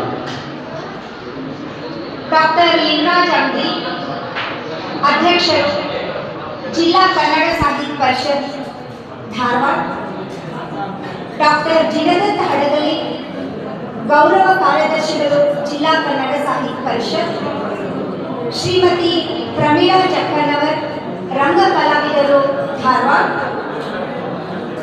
GN ಆರಿಕಟ್ಟಿ, MS ನರೇಗಲ್, SM ದಾನಪ್ಪಗೌಡರ್ ಹಾಗೂ ವೇದಿಕೆಯ ಮೇಲೆ ಉಪಸ್ಥಿತರಿರುವಂತಹ doctor Tara BN, head of the department of history, IQEC coordinator professor Sridevi Sangoli, ಇತಿಹಾಸ ವಿಭಾಗದ ಪ್ರಾಧ್ಯಾಪಕರಾದಂತಹ doctor Bhimashankar, professor Suvarna Hugar madam ಹಾಗೂ ಆತ್ಮೀಯ ಸಹೋದರಿಗಳೇ ಮತ್ತು ವಿದ್ಯಾರ್ಥಿ ವೃಂದರೇ. ವಿದ್ಯಾರ್ಥಿಗಳೇ, ನಮಗೆ ಗೊತ್ತು ಇವತ್ತಿನ ಗಮನ ಎಲ್ಲ ಎಲ್ಲಿದೆ ಅಂದರೆ ಸೆಲ್ಫಿ ಕಡೆ ಅದ. ಯಾಕಂದ್ರೆ ಈ ವೀಕ್ ನೀವು ಫನ್ ವೀಕ್ ಅಂತ ಸೆಲೆಬ್ರೇಟ್ ಮಾಡ್ತಾ ಇದ್ರಿ. ಆ್ಯಕ್ಚುಲಿ ಇವತ್ತು ಟ್ರೆಡಿಷನಲ್ ಡೇ ಇತ್ತು. ಆದ್ರೆ ನಾವು ವಿದ್ಯಾರ್ಥಿ ಕಾರ್ಯದರ್ಶಿಗಳನ್ನ ಮತ್ತು ವಿದ್ಯಾರ್ಥಿ ಸಂಘಟನಾ ಕಾರ್ಯಕರ್ತರನ್ನ ನಾವು ಕರೆದು ವಿನಂತಿಸಿಕೊಂಡ್ವಿ, ಇಲ್ಲ ಇವತ್ತಿನ ದಿನ 4th ಇರುವಂತಹ ಪ್ರೋಗ್ರಾಮ್ ಅನ್ನ ನೀವು ಪೋಸ್ಟ್ಪೋನ್ ಮಾಡ್ಕೊಳ್ರಿ, ಯಾಕಂದ್ರೆ ಇಂಥದ್ದೊಂದು ಕಾರ್ಯಕ್ರಮವನ್ನು ನಾವು ಮಾಡಬೇಕಾಗಿದೆ ಅಂತ ಹೇಳಿದಾಗ ತಾವೆಲ್ಲ ಒಬ್ಬರಿಯಿಂದ ಆಯ್ತು ಮೇಡಮ್ ನಾವು ಪೋಸ್ಟ್ಪೋನ್ ಮಾಡ್ಕೋತೀವಿ ಅಂತ ಏನು ಒಂದು ಸಹಕಾರ ನೀಡಿದ್ರಲ್ಲ, ಅದು ನಮ್ಗೆ ದೊಡ್ಡ ಸಹಕಾರ.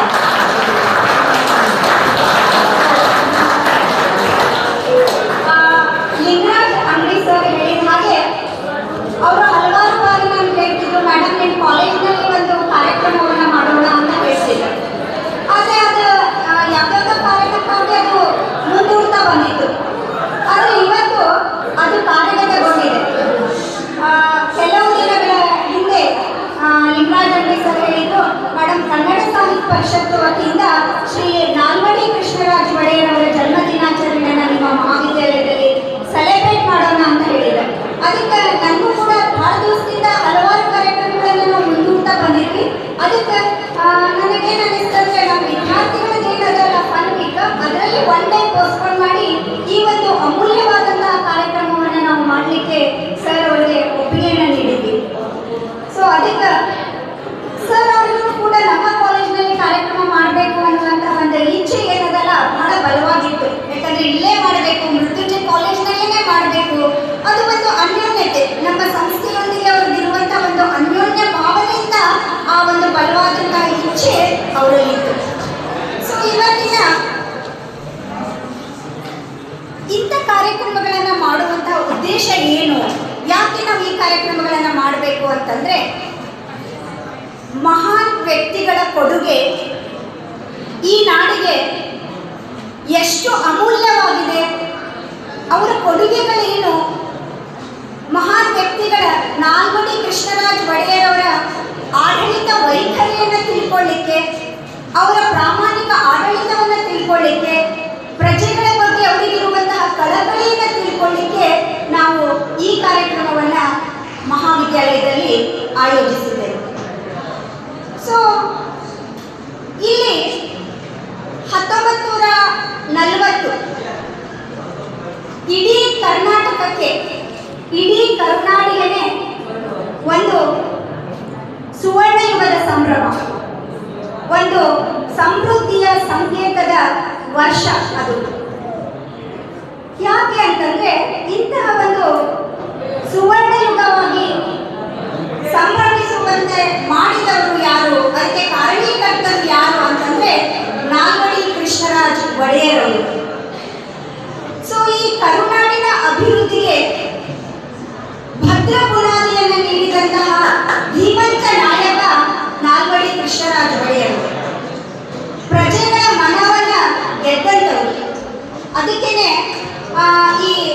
ದೇಶದ ಏಕೀಕರಣದ ಸಂದರ್ಭದಲ್ಲಿ ಸರ್ದಾರ್ ವಲ್ಲಭಭಾಯಿ ಪಟೇಲ್ ಅವರು ನಾಲ್ವಡಿ ಕೃಷ್ಣರಾಜ ಒಡೆಯರ್ ಅವರನ್ನ ನೋಡಿ ಏನ್ ಹೇಳ್ತಾರೆ ಅಂದ್ರೆ, ಇಂತಹ ರಾಜರುಗಳಿದ್ರೆ ಯಾವುದೇ ಪ್ರಜಾಪ್ರಭುತ್ವ ಬೇಕಿಲ್ಲ ಅಂತ ಹೇಳಿ ಒಂದು ಉದ್ಧಾರವನ್ನು ನುಡಿತಾರೆ.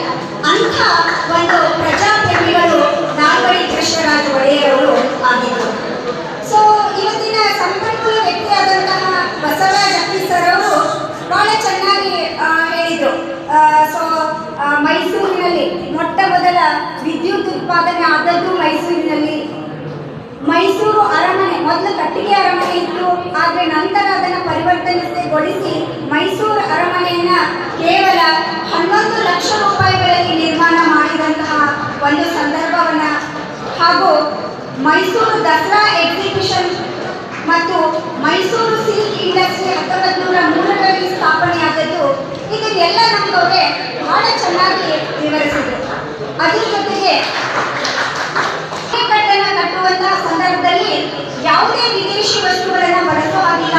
ಈ ಅಣೆಕಟ್ಟಿನ ನಿರ್ಮಾಣಕ್ಕೆ ಕೇವಲ ದೇಶೀಯ ವಸ್ತುಗಳನ್ನೇ ಉಪಯೋಗಿಸಿ ಅಣೆಕಟ್ಟನ್ನು ಕಟ್ಟಬೇಕು, ಅದನ್ನು ನಿರ್ಮಾಣ ಮಾಡಬೇಕು ಅನ್ನುವಂಥ ಅಂಶವನ್ನು ಕೂಡ ಬಹಳ ಚೆನ್ನಾಗಿ ಹೇಳಿದರು. ಹಾಗೆಯೇ ಸ್ಯಾಂಡಲ್ವುಡ್ ಆಯಿಲ್ ಇಂಡಸ್ಟ್ರಿ ಆರಂಭವಾದದ್ದು, ಮೈಸೂರು ಸ್ಯಾಂಡಲ್ ಸೋಪ್ ಪ್ರಾರಂಭವಾದದ್ದು, ಐರನ್ ಅಂಡ್ ಸ್ಟೀಲ್ ಇಂಡಸ್ಟ್ರಿ ಪ್ರಾರಂಭಗೊಂಡದ್ದು ಮತ್ತು ಕನ್ನಡ ಸಾಹಿತ್ಯ ಪರಿಷತ್ತನ್ನು ಪ್ರಾರಂಭಿಸಲು ಕಾರಣೀಕರ್ತರಾದಂತಹ ಹೆಗ್ಗಳಿಕೆ ಸರ್ ಎಂ ವಿಶ್ವೇಶ್ವರಯ್ಯನವರಿಗೆ ಸಲ್ಲುತ್ತದೆ ಅನ್ನುವಂತಹ ಮಾತನ್ನು ಅವರು ಬಹಳ ಚೆನ್ನಾಗಿ ಹೇಳಿದರು. ಹಾಗೆಯೇ ಇವತ್ತು ಲಿಂಗರಾಜ್ ಅಂಟಿ ಸರ್ ಅವರು ಕೂಡ ನಮ್ಮ ಜೊತೆಗೆ ವೇದಿಕೆಯ ಮೇಲೆ ಉಪಸ್ಥಿತರಿದ್ದಾರೆ. ಲಿಂಗರಾಜ್ ಅಂಟಿ ಸರ್ ಅವ್ರದ ಇನಿಷಿಯಲ್ ಏನಂದ್ರೆ LR ಅಂಗಡಿ, LR. ಸೊ ಅದಕ್ಕೆ ನಾವು ಅಂತೇವರಿಗೆ LR ಅಂಗಡಿ ಅಂದ್ರೆ ನೀವು LR ಅಂಗಡಿ ಸರ್ ಅಂತ ಹೇಳ್ತೇವೆ. ಯಾಕಂದ್ರೆ ಅಂಥ ಒಂದು ಅದ್ಭುತವಾದಂತಹ ವ್ಯಕ್ತಿತ್ವ ಸರ್ ಅವ್ರದ್ದು. ಸೊ ಲಿಂಗರಾಜ್ ಅಂಗಡಿ ಸರ್ ಅವರು ಹುಟ್ಟು ಹೋರಾಟಗಾರರು. ಅವರು ಪ್ರವೇಶ ಮಾಡಿದಂತಹ ಕ್ಷೇತ್ರವೇ ಇಲ್ಲ, ಎಲ್ಲ ಕ್ಷೇತ್ರದಲ್ಲೇ ಪ್ರವೇಶ ಮಾಡಿದ್ದಾರೆ.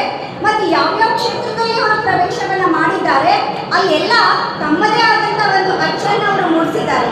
ಅಂಥ ಒಬ್ಬ ಮಹಾನ್ ವ್ಯಕ್ತಿ, ಮಹಾನ್ ಹೋರಾಟಗಾರರು ಲಿಂಗರಾಜ್ ಅಂಗಡಿ ಸರ್ ಆಗಿದ್ದಾರೆ. ಸೊ ಅದಕ್ಕೆ ಲಿಂಗರಾಜ್ ಅಂಗಡಿ ಸರ್ ಅವ್ರು ಹೇಳ್ತಾ, ಅವರು ವಿದ್ಯಾರ್ಥಿ ಸ್ನೇಹಿ ಪ್ರಾಧ್ಯಾಪಕರು ಹೌದು, ಪ್ರಾಧ್ಯಾಪಕ ಸ್ನೇಹಿ ಪ್ರಾಧ್ಯಾಪಕರು ಹೌದು, ಹಾಗೆ ಸಹೋದ್ಯೋಗಿ ಸ್ನೇಹಿ ಪ್ರಾಚಾರ್ಯರು ಕೂಡ ಹೌದು. ಯಾಕಂದರೆ ಅಷ್ಟೊಂದು ಸ್ನೇಹಮಯಿ ಅವರ ವ್ಯಕ್ತಿತ್ವ ಅವ್ರದ್ದಾಗಿದೆ. ಅದಕ್ಕೆ ನಾವು ಹೇಳ್ತೇವೆ ಏನಂದ್ರೆ, ಲಿಂಗರಾಜ್ ಅಂಗಡಿ ಸರ್ ಹೇಳಿದ್ರು, ಕನ್ನಡ ಸಾಹಿತ್ಯ ಪರಿಷತ್ ಒಬ್ಬ ಅರ್ಥಶಾಸ್ತ್ರಜ್ಞನಾಗಿ ನಾನು ಕನ್ನಡ ಸಾಹಿತ್ಯ ಪರಿಷತ್ನ ಅಧ್ಯಕ್ಷರಾಗಿರೋದು ನಿಜವಾಗ್ಲೂ ಹೆಗ್ಗಳಿಕೆ. ಯಾಕಂದ್ರೆ ಅದು ಆಗ್ಬೇಕಂದ್ರೆ ಅದು ಒಂದೇ ದಿನ ದಿಢೀರಂತ ಆಗ್ಲಿಕ್ಕೆ ಸಾಧ್ಯ ಇಲ್ಲ. ಯಾಕಂದ್ರೆ ಈಗ ಅವ್ರ ಮಾತುಗಳಿಂದ ನಮ್ಗೆ ಗೊತ್ತಾಯ್ತು, ಅವ್ರ ವಿದ್ಯಾರ್ಥಿ ದಶೆಯಲ್ಲಿದ್ದಾಗ ಪ್ರಪಂಚ ಪಾಟೀಲ್ ಪುಟ್ಟಪ್ಪ ಅವರ ಒಂದು ಪ್ರಪಂಚ ಅನ್ನುವಂತಹ ಪತ್ರಿಕೆಯನ್ನು ಓದ್ತಾ ಇದ್ರು. ಅಂದ್ರೆ ಅರ್ಥಶಾಸ್ತ್ರದ ವಿದ್ಯಾರ್ಥಿಯಾಗಿದ್ದಾಗಲೂ ಕೂಡ ಕನ್ನಡದ ಬಗ್ಗೆ ಅವರು ಒಲವಿತ್ತು, ಎಷ್ಟು ಮಟ್ಟಿಗೆ ಅವರು ಒಲವು ಆಸಕ್ತಿ ಕನ್ನಡದ ಬಗ್ಗೆ ಇತ್ತು ಅನ್ನೋದನ್ನ ಅದು ತೋರಿಸ್ಕೊಡ್ತದೆ.